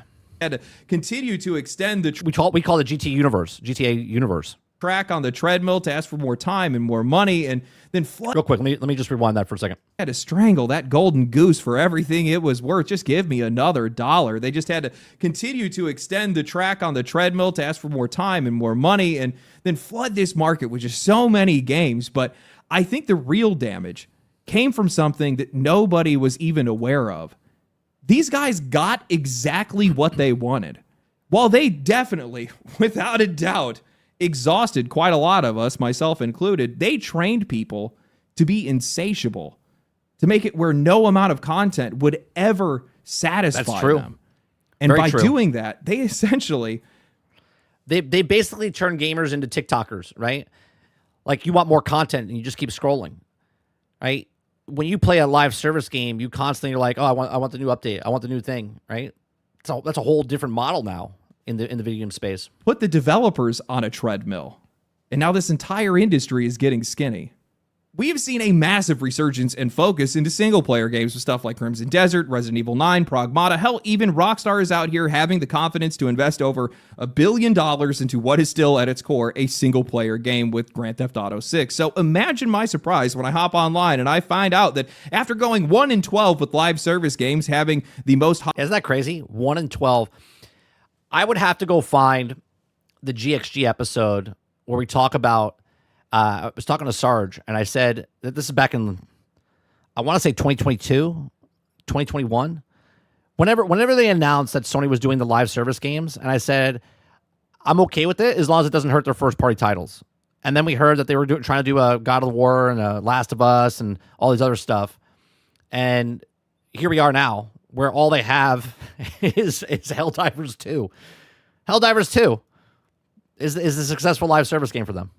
High-profile live service failure in history and shutting down Destiny 2, PlayStation has somehow confirmed that they plan to revitalize the market with more live service games because they... Like, what don't they see? Or what do they see that everyone else doesn't? Believe that they are the future. And I thought that my first reaction would be, how have you not learned your lesson yet? But honestly, it just felt tone deaf because we just don't really hear that much about live service anymore. Not like we used to. It's kind of just become an afterthought, which got me thinking, live service isn't a... Well, I don't think it's not that we're not hearing about live service anymore. I think there's a lot of people playing live service games, but because they're live service games, the people that are playing it don't really think of it. They really don't think of it. We just play it, right? There's so many live service games now that it's just, you know, it's kind of like a movie edit. You don't really pay attention to the edit of the movie. If you do, something's wrong with the movie, right? You're not really paying attention to live service games anymore. You're just kind of just playing the games. a really weird place right now. Nearly every single live service game that comes to market either dies immediately or gets filtered down to a modest audience. Entrenched live service games that we once thought were invincible are now starting to lose their players. Some games have remained unchanged, and then somehow at the exact same time, we have Destiny 2 that just fell out of active development, but it's also reaching the healthiest place that it's been in for almost 2 years. Imagine, they're just waiting for content. And that brought me to a Good content. realization. The version of live service, the version of a successful live service game that we want is still very much alive. The version the industry wants is effectively dead. Now, I don't want to say that live service is flat out dead because that really wouldn't be accurate to say. Plenty of these games are still doing fine. Grand Theft Auto Online still The top, I think 7 of the 10 games are live service. dominates. Counter-Strike 2 and Dota 2 are still massive. Fortnite is not going anywhere anytime soon. And we're also seeing games like Path of Exile 2, Dead by Daylight, and Warframe grow, break records, or just keep raising their floor year after year. The most successful live service games that we're seeing right now are either maintaining, slightly declining, or growing slowly over time. Not explosively, methodically. Saint says if you join gaming during a live service, you can't see the difference. Right. You don't even know. It's a good point, Saint. Right? Like, I don't think I don't know if I'm putting words in my son's mouth, but I don't think he knows like actually what live service is. I mean, I think he understands what the definition is, but I think he just plays games. It all becomes one thing. You know what I mean? Incrementally, brick by brick in most cases. But the one thing that almost all these games also have in common is time. If you guys actually go down the list of the biggest live service games that are out right now, nearly every single one of them came out between 2012 and 2017, with only really a few outliers. Path of Exile 2 being one of them, but that's really just an extension of their previous game, which is still killing it even today. The ones that came out after that... Ron says, is Mind's Eye considered a live service? I don't even think it's considered Mind's Eye alive, let alone live service.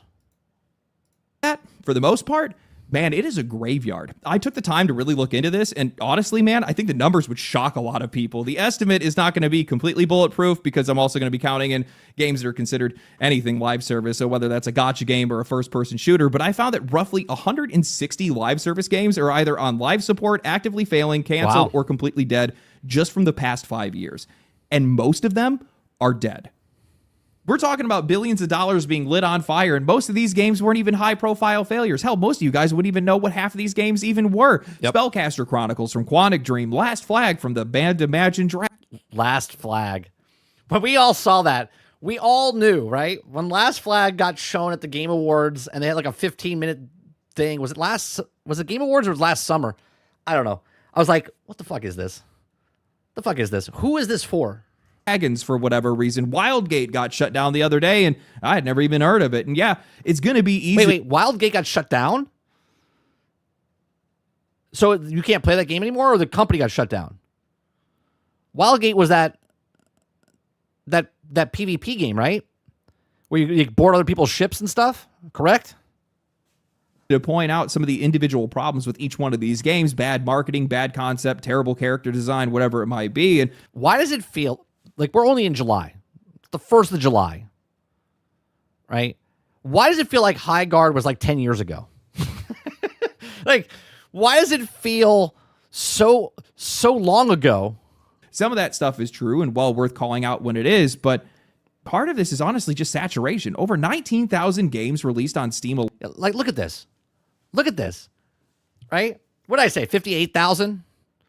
In the last 3 years is what I said. Let me do some math real fast here since they have it on the board.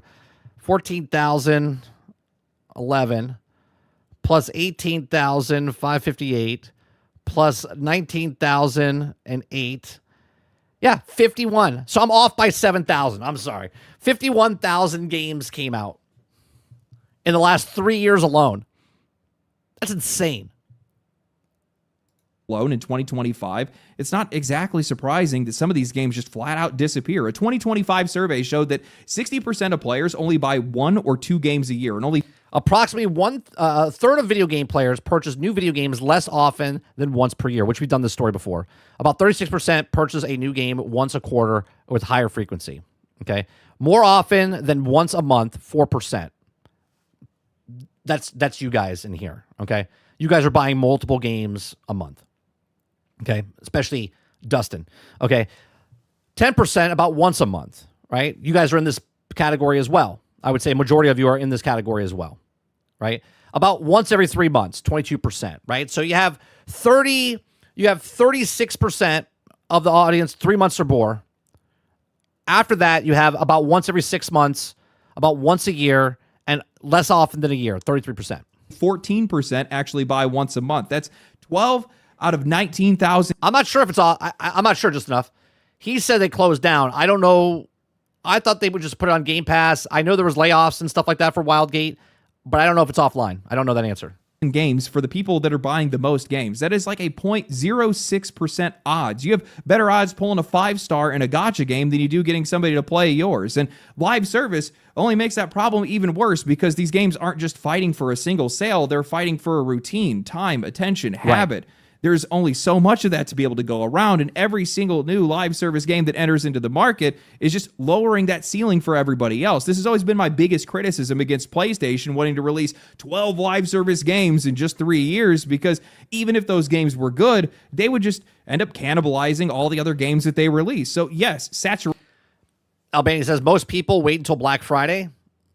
Grand Theft Auto says otherwise. Is definitely going to be part of it. I know it's an outlier.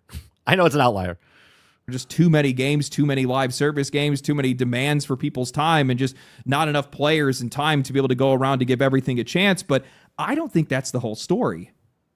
There is something else driving this, and I just don't think that people have realized it yet. I mean, look at the 4 most popular live service games that have been released in the past couple of years. You got Helldivers 2, Marvel Rivals, Battlefield 6, and Arc Raiders. All of them found incredible success early on, and all of them lost 85% or more of their peak within 4 to 6 months. Now, yeah, because there's just so many games coming out, right?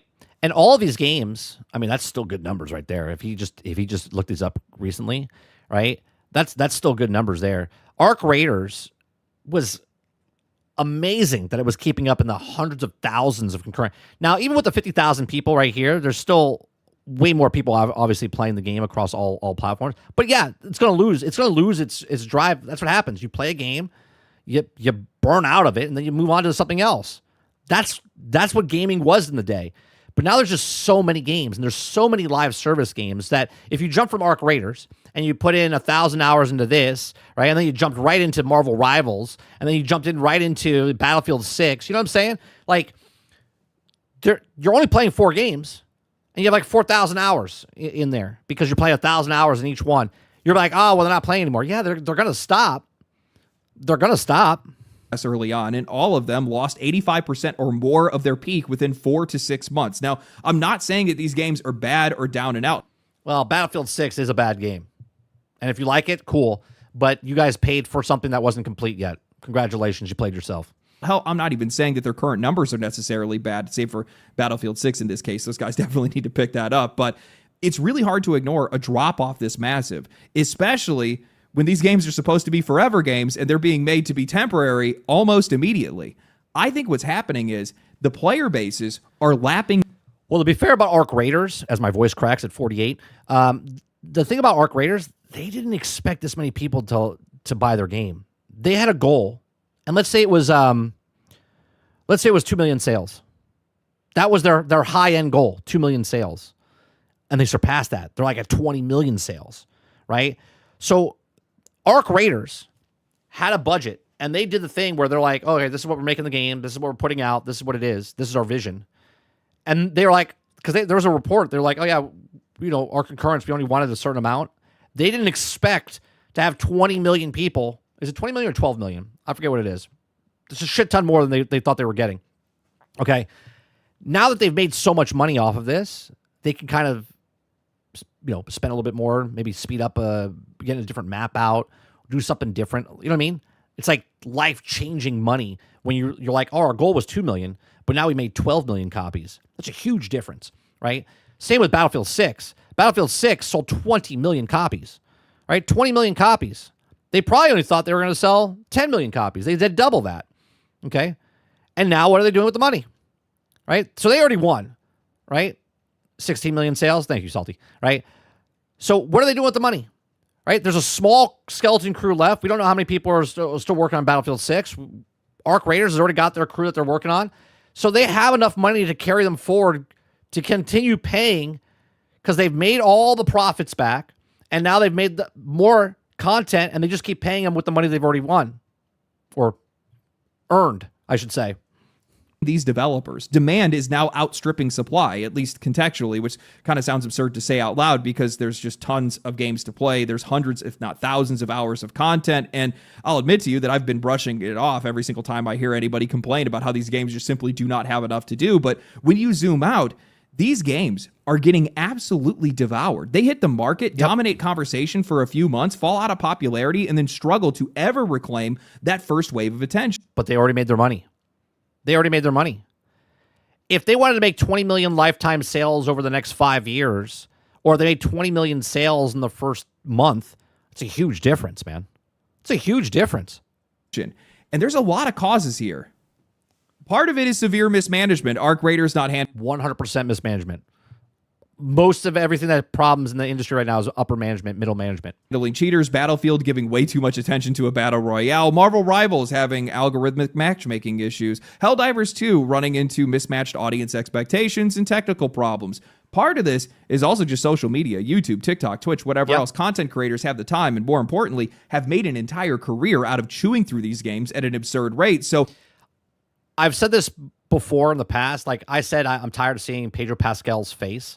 Right now, obviously, if you just watch movies and you watch the movies that he's been in, you'd be like, I don't think that he's been oversaturated, right? You're like, oh, right.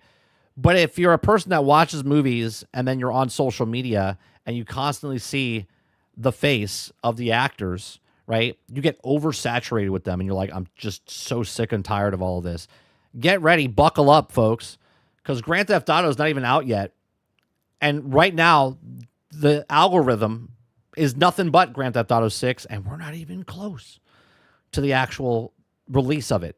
When they show the next trailer and the game actually comes out and plays, you're going to be so goddamn tired of Grand Theft Auto 6 day 2 of the game actually being released. You'll be like, oh my God, has this game been out for a year already? No, it just launched. You're going to be sick of it. All the content that you see makes it feel like the game doesn't have enough, and then those creators move on to the next thing, and suddenly the game feels old before most normal players are even done with it. But I think the real issue is that these studios simply just cannot keep up with the appetite anymore. Most of the people that are playing these games are coming from already established live service games with years of content, years of habits, and years of chasing a carrot on a stick. Publishers have spent years extending that track more and more aggressively year over year, not only just to keep those players locked in, but also to drain their wallets as much as they could. And on top of what he's saying, okay, they're also cross-promoting other things, right? So like Fortnite, they'll be like, oh, we have the Mando, and then these guys are like, oh, we're doing Halo, and then this is Halo in here and Halo over here, and they're starting to cross-promote and Star Wars over here and Star Wars in here, and they're just kind of all doing the exact same thing. Right? Oh, Destiny has Star Wars? Well, let's put Star Wars in this game. Oh, they had that? Well, let's put that in that game. Oh, Warhammer? Okay, let's put Warhammer in this. Right? And they constantly are trying to keep their player base from going anywhere but where they are. They're like, oh, no. Don't go play Space Marines 2. We have a team up happening up in Helldivers 2 that we're going to have Space Marines. Okay? And you're like, oh, okay. I'll do that. And it's created this inverse effect. The games have lost their quality because the pace quickened, the monetization became too much to bear, and then players got exhausted and started leaving. But the audience that stayed had its appetite adjusted. Even some of the players that had left just the same. This is not some random change in player behavior. This is what the industry spent 10 years trying to train people to do. So now a lot of these new live service games are waking up to basically the worst audience possible. Hell, every single live service game is. All these audiences are trained to expect endless content, endless rewards, endless updates, and endless reasons to keep logging in, while also still being eyed by the most cynical audiences that have been pushed out of live service games. You have one dejected audience, and you have an audience that's just way too hungry for you to be able to keep up with. I think that Arc Raiders is probably the game that I noticed this happen the most with. I absolutely love that game. I thought it was incredible. I had so much fun playing it with my friends, but I fell off a cliff. I fell off a cliff with this game. I loved it. And then I didn't. It wasn't like a gradual, over a month. It was, I played it. We played it for like 100 hours. And then all of a sudden I was just like, I'm good.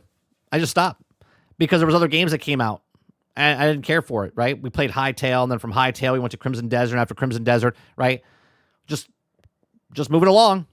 So in the camp of players that gets exhausted by live service games relatively quickly, and I hit a point where I felt like I had done enough, and I simply had just walked away. But as I had walked away, I was still watching people play it, and I started to realize that while Arc Raiders had its issues, its biggest problem was that they just weren't prepared for the kind of popularity that they had received, and they knew that, though. They said that from the very beginning. They didn't expect as many people to play it as they did. Just didn't have enough content to be able to sate the audience that was playing their game because they were playing it every single day, all the time, every single chance they could get. They didn't have the plans or the infrastructure to be able to capitalize on it. And I'm not even sure that they should even try to do that, because at a certain point, chasing that kind of audience would almost certainly come at the cost of the updates themselves, because you're trying to push them out faster, which means they're going to be which means they're going to be shittier, which we talked yesterday about trying to just keep up with stuff, right? They're trying to push out Elder Scrolls 6 and Fallout as fast as possible, which means they're going to lose features. It's going to be a shittier product than when it comes out. Imagine that. Imagine being a shittier product when games already come out broke, buggy, and unfinished. Imagine Battlefield 6 being shittier than it is. And I know people will be like, I like Battlefield 6. It's a great game. You have a less game of Battlefield 6 than any of the past Battlefield games, right? Netcode's still bad. All the things are fake, right? It's going to take them 18 months to fix the pain in that game. Lower quality. Looking at their initial roadmap, a new map and an expedition to sink resources into, a couple of new enemies and some weather conditions every couple of months or so is not going to be enough to bring. They already made their money, and now they can just, it's almost better. It's almost better for the company to make the money like they did and then just continue doing what they wanted to do, right? Slow and steady, because they already made the initial money, and if anyone else comes in, that's just a bonus on top of it, right? If you only wanted to sell 2 million copies and you sold 16 million copies, well, you got plenty of leeway to worry about how fast you have to do the updates. Bring people back, or even to keep them playing for very long. Not with the kind of audience that they suddenly had. To be able to keep... You put a PvE in there, like they do in China, I think the player numbers would go back up. Keep that initial flame alive. Every update would have had to been more drastic than the last. Effectively a new game every single time they updated the game. Bigger changes to the map, bigger changes to their objectives, crafting, engagements, progression, everything. At that point, you're not supporting the game anymore. You're just feeding a machine. This is completely the fault of the industry. These games are being devoured at a record pace. Now, I know this is going to resonate. And what he's saying is, so they've set the standard now. Here's that bar. Right? So the next person that comes out the live service game has to compete with the bar that's set. And that bar constantly gets up little by little, right? Next game comes out and the bar rises and the bar rises. And then they're at a point now where they can't raise the bar anymore. So that's why certain games fail, because the bar has been set by the live service game. If the live service game of Arc Raiders is doing, or Battlefield 6 or any other game of Helldivers 2 is what they're doing, and a new game comes out like Hide Guard or Concord and stuff and doesn't hit the bar where it's set, what the player base is expecting, then there's no reason for it. There's no reason for it. They're like, oh, sorry, don't have time for that. With a lot of you guys, but rewind the clock back a few years, and whether it was fighting games, first-person shooters, hell, even MMOs, even the most successful MMOs that we see today are still basically the same.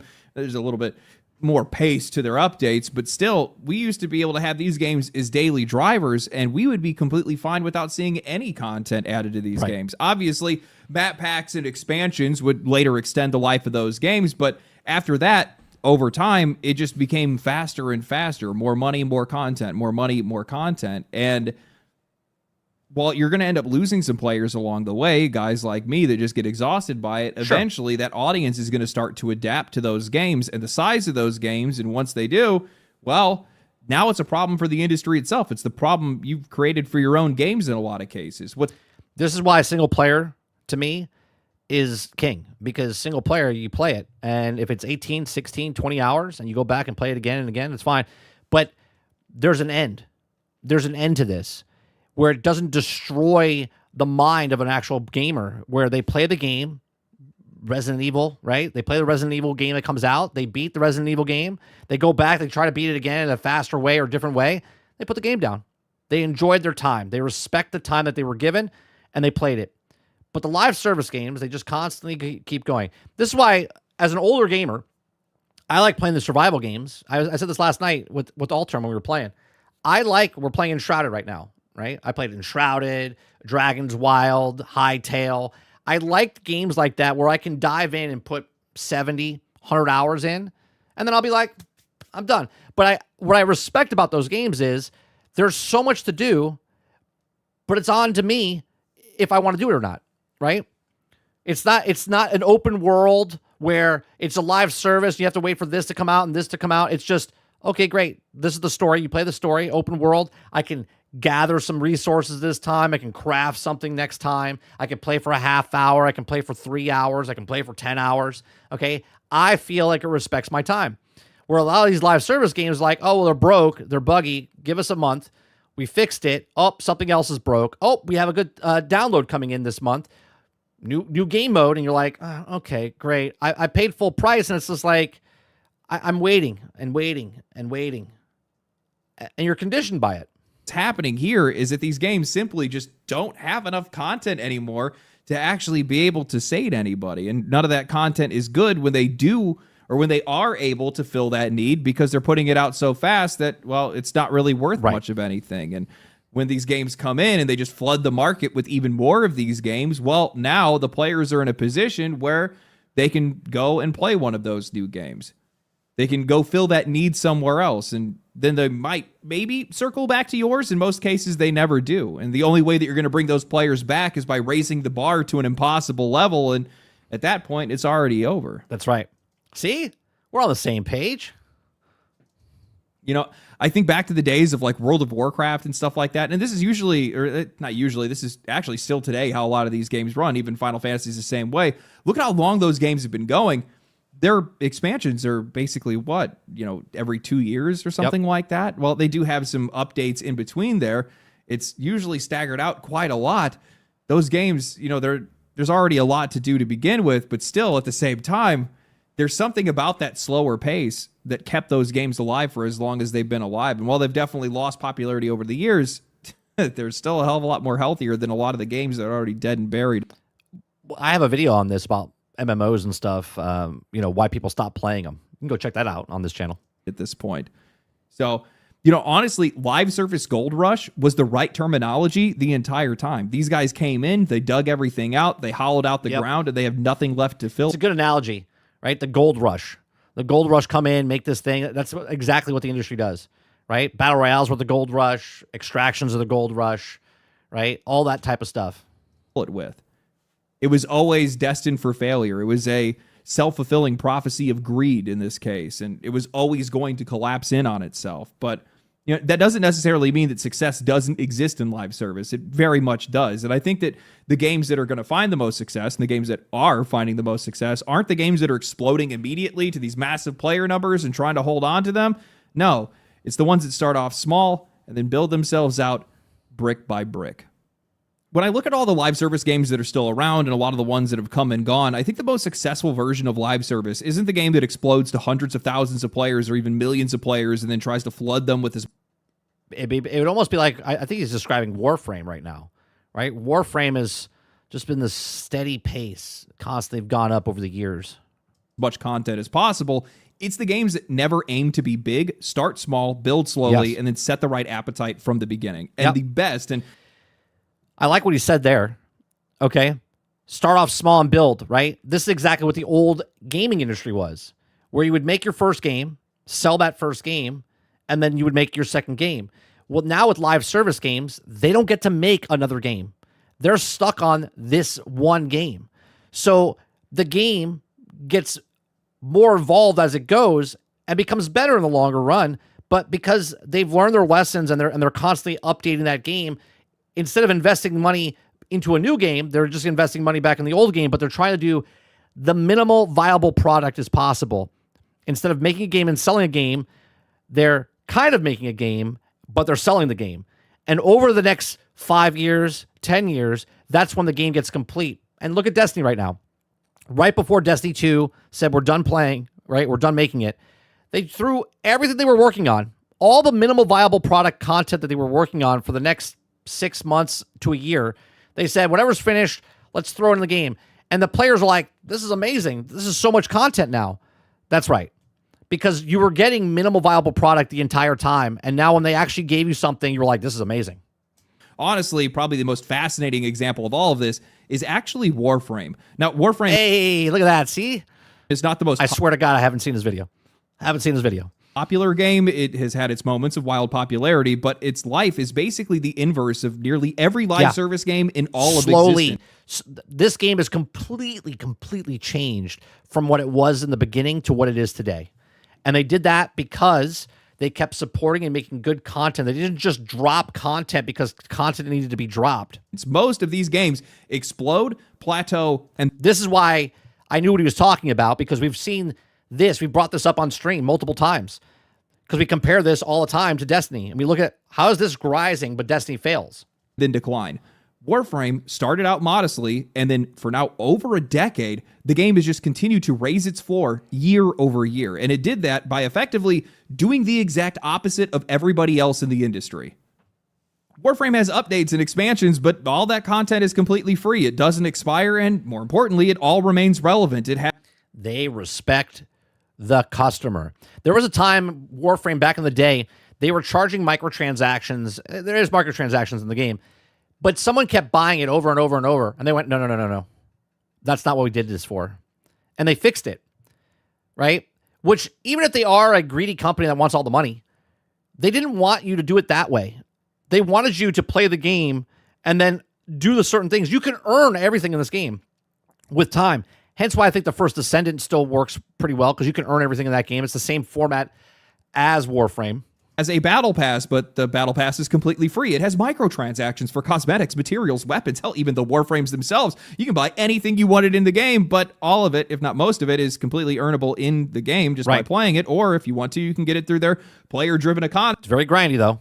Which you also get through just by playing the game. The point is that Warframe is almost entirely stripped of FOMO. The carrot isn't on a stick. It's handed to you, and then you choose when you want to eat it or when you want another one. I cannot tell you guys how inviting and comfortable of a feeling that is. Yeah, because it's respecting your time. It's respecting your time as the player playing their game. It's almost familiar in a way, like single or multiplayer games from like a decade ago, where you still get to share the experience with everybody else, but you get to take it at your own pace. And more importantly, in this case, well, the developers get to take it at their own pace too. Digital Extremes is a very strict, whenever it's ready approach to their updates. There's no hard roadmaps, no hard dates that they set. It's just kind of flying by the seat of their pants. They usually have an idea of when they want to get something out, but they don't rush themselves to hit a specific deadline because they recognize that that's unfair to both themselves and the players. And that is a good business sense, right?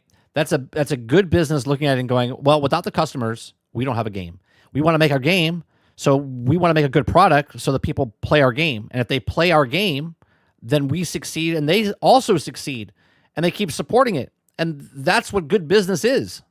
Warframe has had plenty of issues with updates in the past, and not every single update's going to be a hit. Sure. Their consistency with aiming for quality over speed and quantity has conditioned Justin says, I like carrots. Their audience to be more patient, more casual, and more excited when new content finally does drop, giving these guys something to actually look forward to.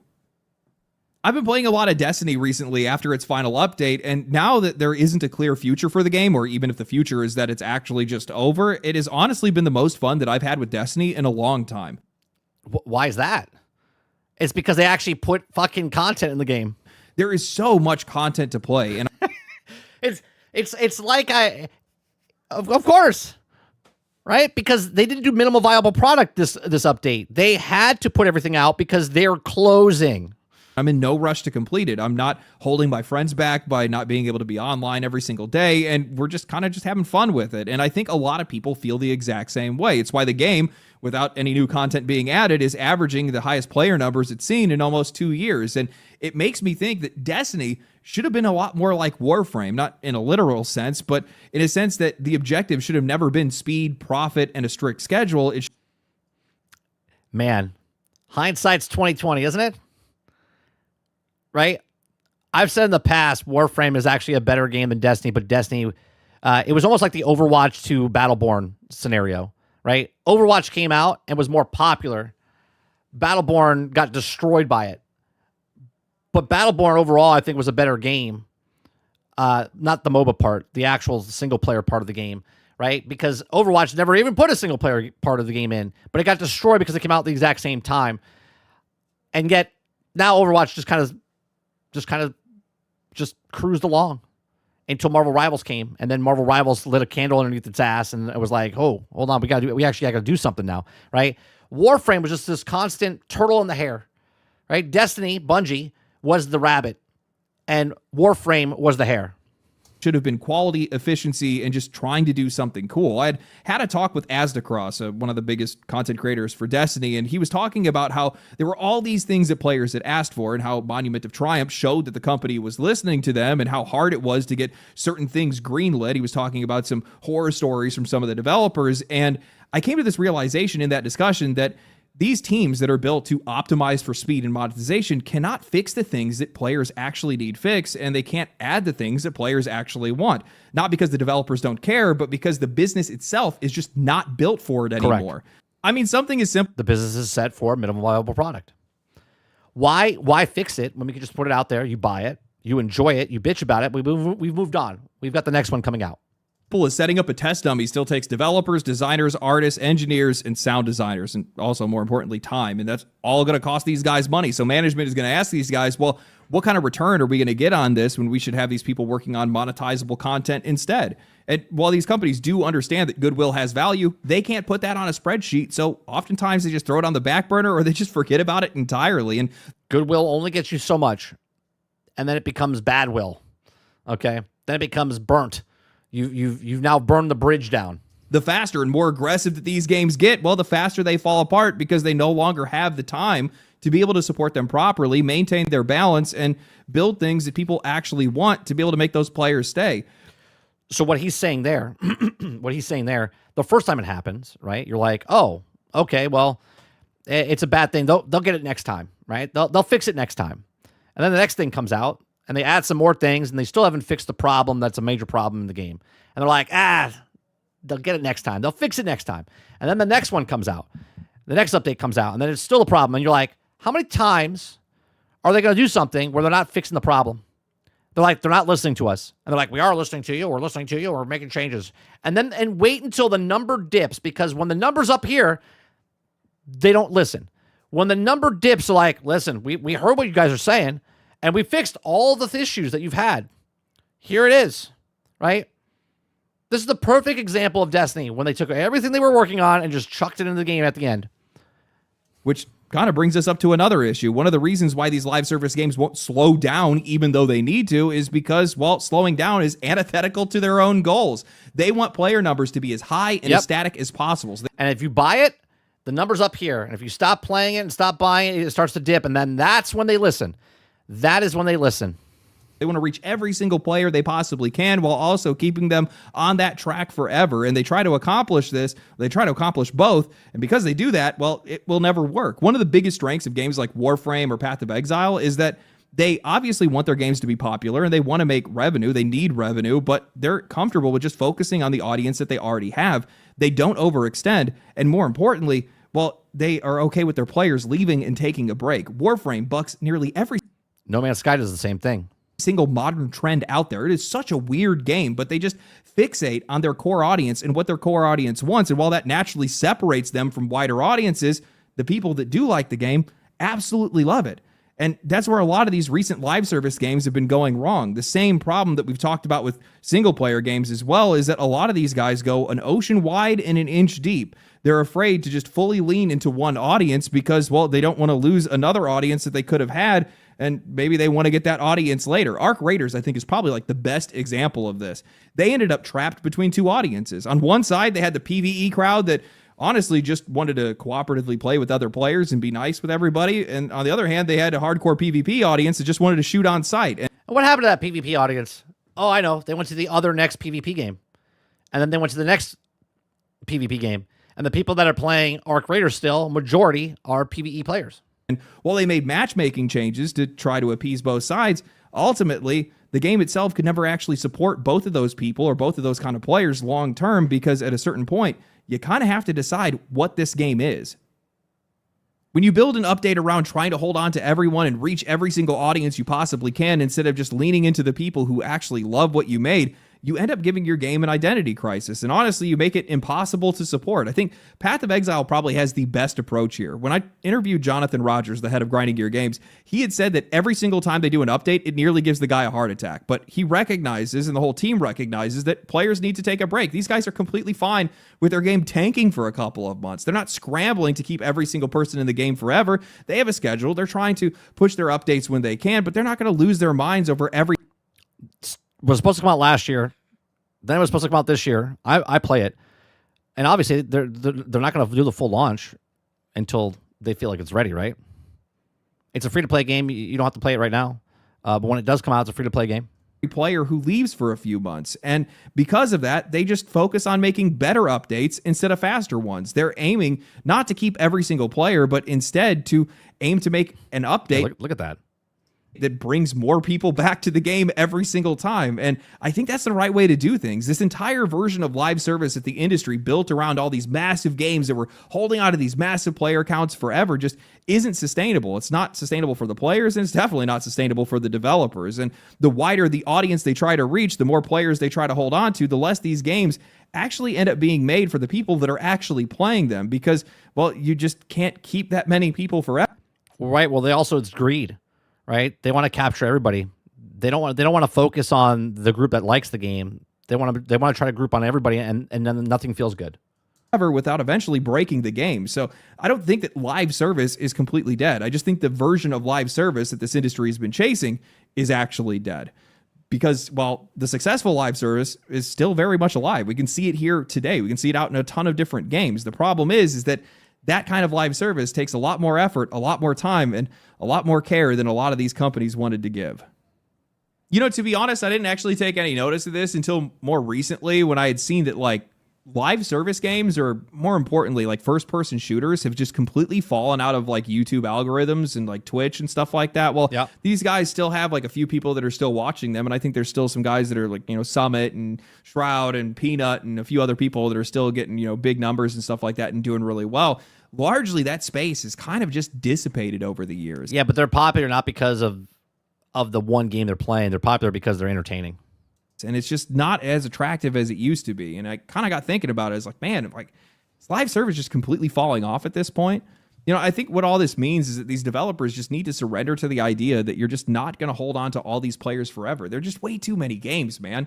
Way too many games. There's so much for us to be able to do that eventually your player counts are going to fall. Yep. And when you struggle and you flail to try to hold on to everybody, the only thing you're going to do is hurt your game. That's all that's going to happen, because the content itself is just going to end up lacking quality and a legit direction to go in.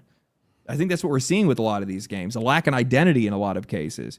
And the other thing is, and this is probably the biggest one, to be honest with you, stop aiming for the masses. Ron's really beating the dead horse here with mind's eye jokes.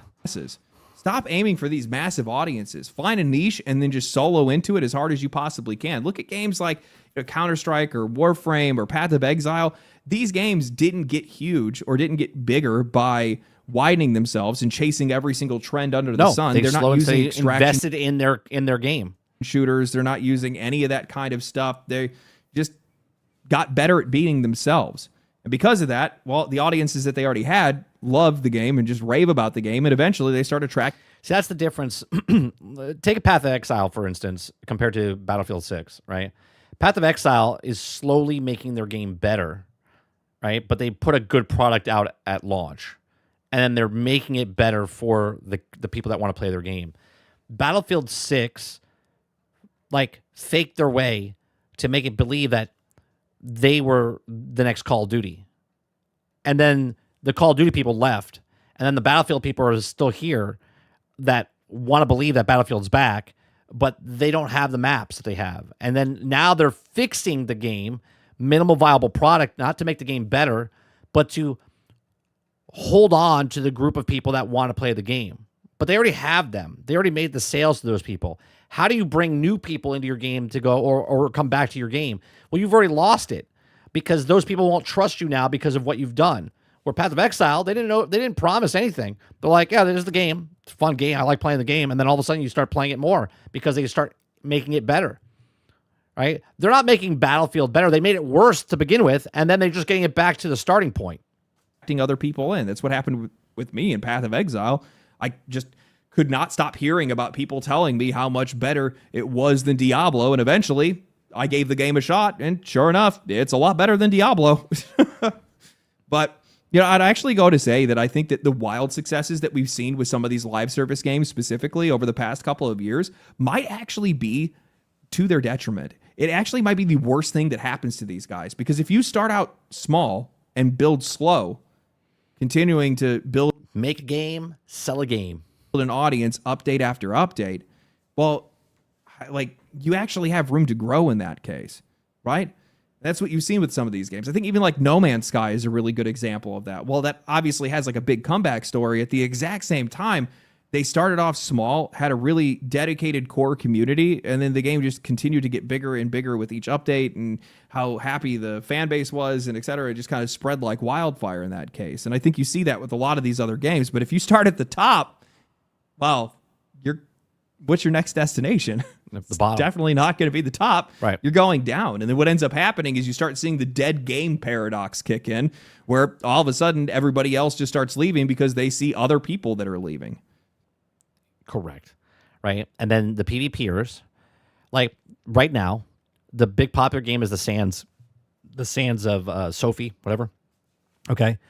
And all the content creators that were playing Arc Raiders, which were playing PUBG, which were playing, whatever, have just moved over to the next one. So the algorithm, the basis of it, people think, oh, this game's dead now, right? I don't want to play it because of this. But they just move, right? PvPers just move to the next PvP game. The core audience that keeps playing these games is the PvEers, the co-opers, okay? The MMOs type of stuff. PvPers just move to the next PvP game. And if they're streamers, well, that's what you see. That's what you see in the algorithm. You're like, oh, okay, that looks fun. That looks cool. You buy the game, and then you're like, I play the game. You play with the game with your friends for like maybe a month and a half. And you're like, I'm kind of done with that. Moving on. Oh, do you see that game over there? That's what it is. So they don't want to waste their time. They don't want to invest their time in a game they think is probably going to die. So they just pack up their bags and move on to the next one. I think the picture of what live service or what live service success looks like is completely changed over the years. Or maybe it hasn't. Maybe it's always been the same, but these guys just try to... I think what you just said there, I don't think it has changed. I think it's exactly what it's been the entire time. It's a different form of make a game, sell a game. As a live service game, okay, the ones that are doing it correctly are slowly making their game better and not just trying to the corporate greed type of thing. You know what I mean? They're not doing the corporate salute. It was like the old, like I said earlier in the stream, the old game, make a game, sell a game, is small developer makes a game, makes money, makes the sequel, right? Makes the next sequel. Live service, there is no sequel because this is the game. So they constantly update it, but they're doing minimal viable product. They don't have a vision for their game where it is in the end. They're flying by the seat of their pants just to keep you engaged long enough so they can get that money out of your wallet instead of respecting your time and going, I like this game, I'm going to give them money. I build a completely different one. But this idea that they're going to make this game that's going to like instantly blow up and just churn out millions of dollars every single week, it's just not going to happen anymore. And the version that is successful is slow and steady. I think that's the way to win the race in this case, but that's not what these guys want because it's not nearly as attractive. You're definitely not going to be able to sell it to shareholders. And honestly, it's probably going to scare a lot of these guys off, which it's actually probably for the best.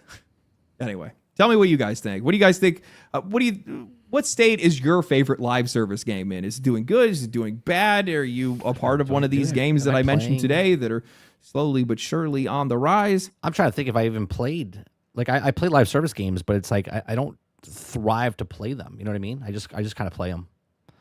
Legendary Gaming or Legendary Drops. Give it a like. Give it a sub. All right. Give it a like. Give it a sub. Legendary Drops. These are just my thoughts on his video. If you liked his video, go over to his channel, give it a like, link in the description down below. Good video. I like his content. I like the way he just presents it. It's good stuff. Let me see what's going on Twitter. Let's see what's happening on Twitter. Reports claim Xbox Project Helix won't have a disk drive, of course. Do you see what I'm saying, guys? PlayStation's not going to have a disk drive, and now Xbox is not going to have a disk drive. But don't worry, they'll sell you the disk drive for a cool price of $120. That's what's going to happen. Don't worry about it. Tonight, we will be over on Fake Wizard News Live at 7 p.m. Make sure you guys go check us out over there. Check out Fake Wizard News. Check out Fake Wizards content as well. I am done for the day. We had a packed show, lots of stuff. Lots of people came into today. A lot of new people came into the chat today. I do appreciate you. If you're new to my channel, hit that like button, hit that subscribe button. If you'd like to go above and beyond that, become a member as low as $5. We do shows, like I said, Monday through Thursday. We have another channel called 30 and Still Gaming, which is over, on YouTube, which we just play video games, hang out, bullshit there as we play games there. And we do a podcast to finish out the week on Thursday nights, 8 p.m. Eastern, called Generation X Gaming, a weekly podcast that goes over a few of the top stories from the past week, and we rant along the way. Let's see. If you'd like to help out the channel, you can do all the things, the like, subscribe. You can also go to we do music. You can check out our music. It's Perk Up, Press Play, 30 NSG on Spotify, iTunes, Apple, whatever, anywhere you can listen to music. We'll play out one song and we leave. I'll see you guys on the next one. Thanks for watching. Peace.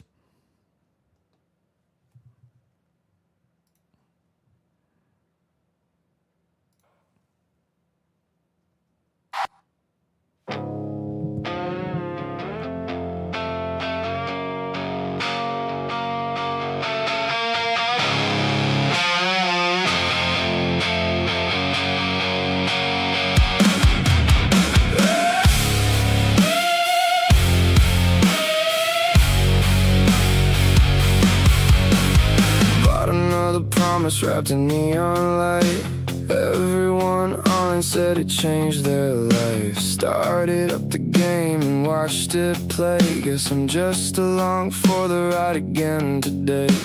Walk real slow through another empty hall. Character keeps talking while I do nothing at all. Hold the stick forward, that's the big design. 10 out of 10 every single time. And I miss those nights, failing 20 times. Now everything survives itself without me trying.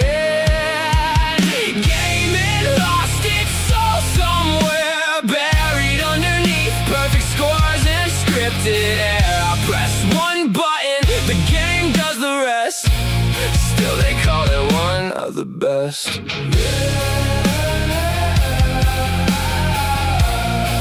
Another 10 out of 10.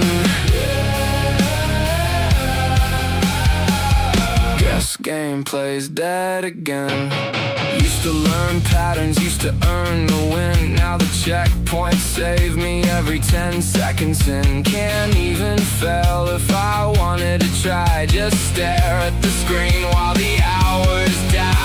Journalists crying over every scene, calling boredom cinematic in every magazine. Maybe I'm broken, maybe they're right. Maybe games are movies now pretending they can fight. And I miss those nights, controllers in my hands, not just watching stories. I bet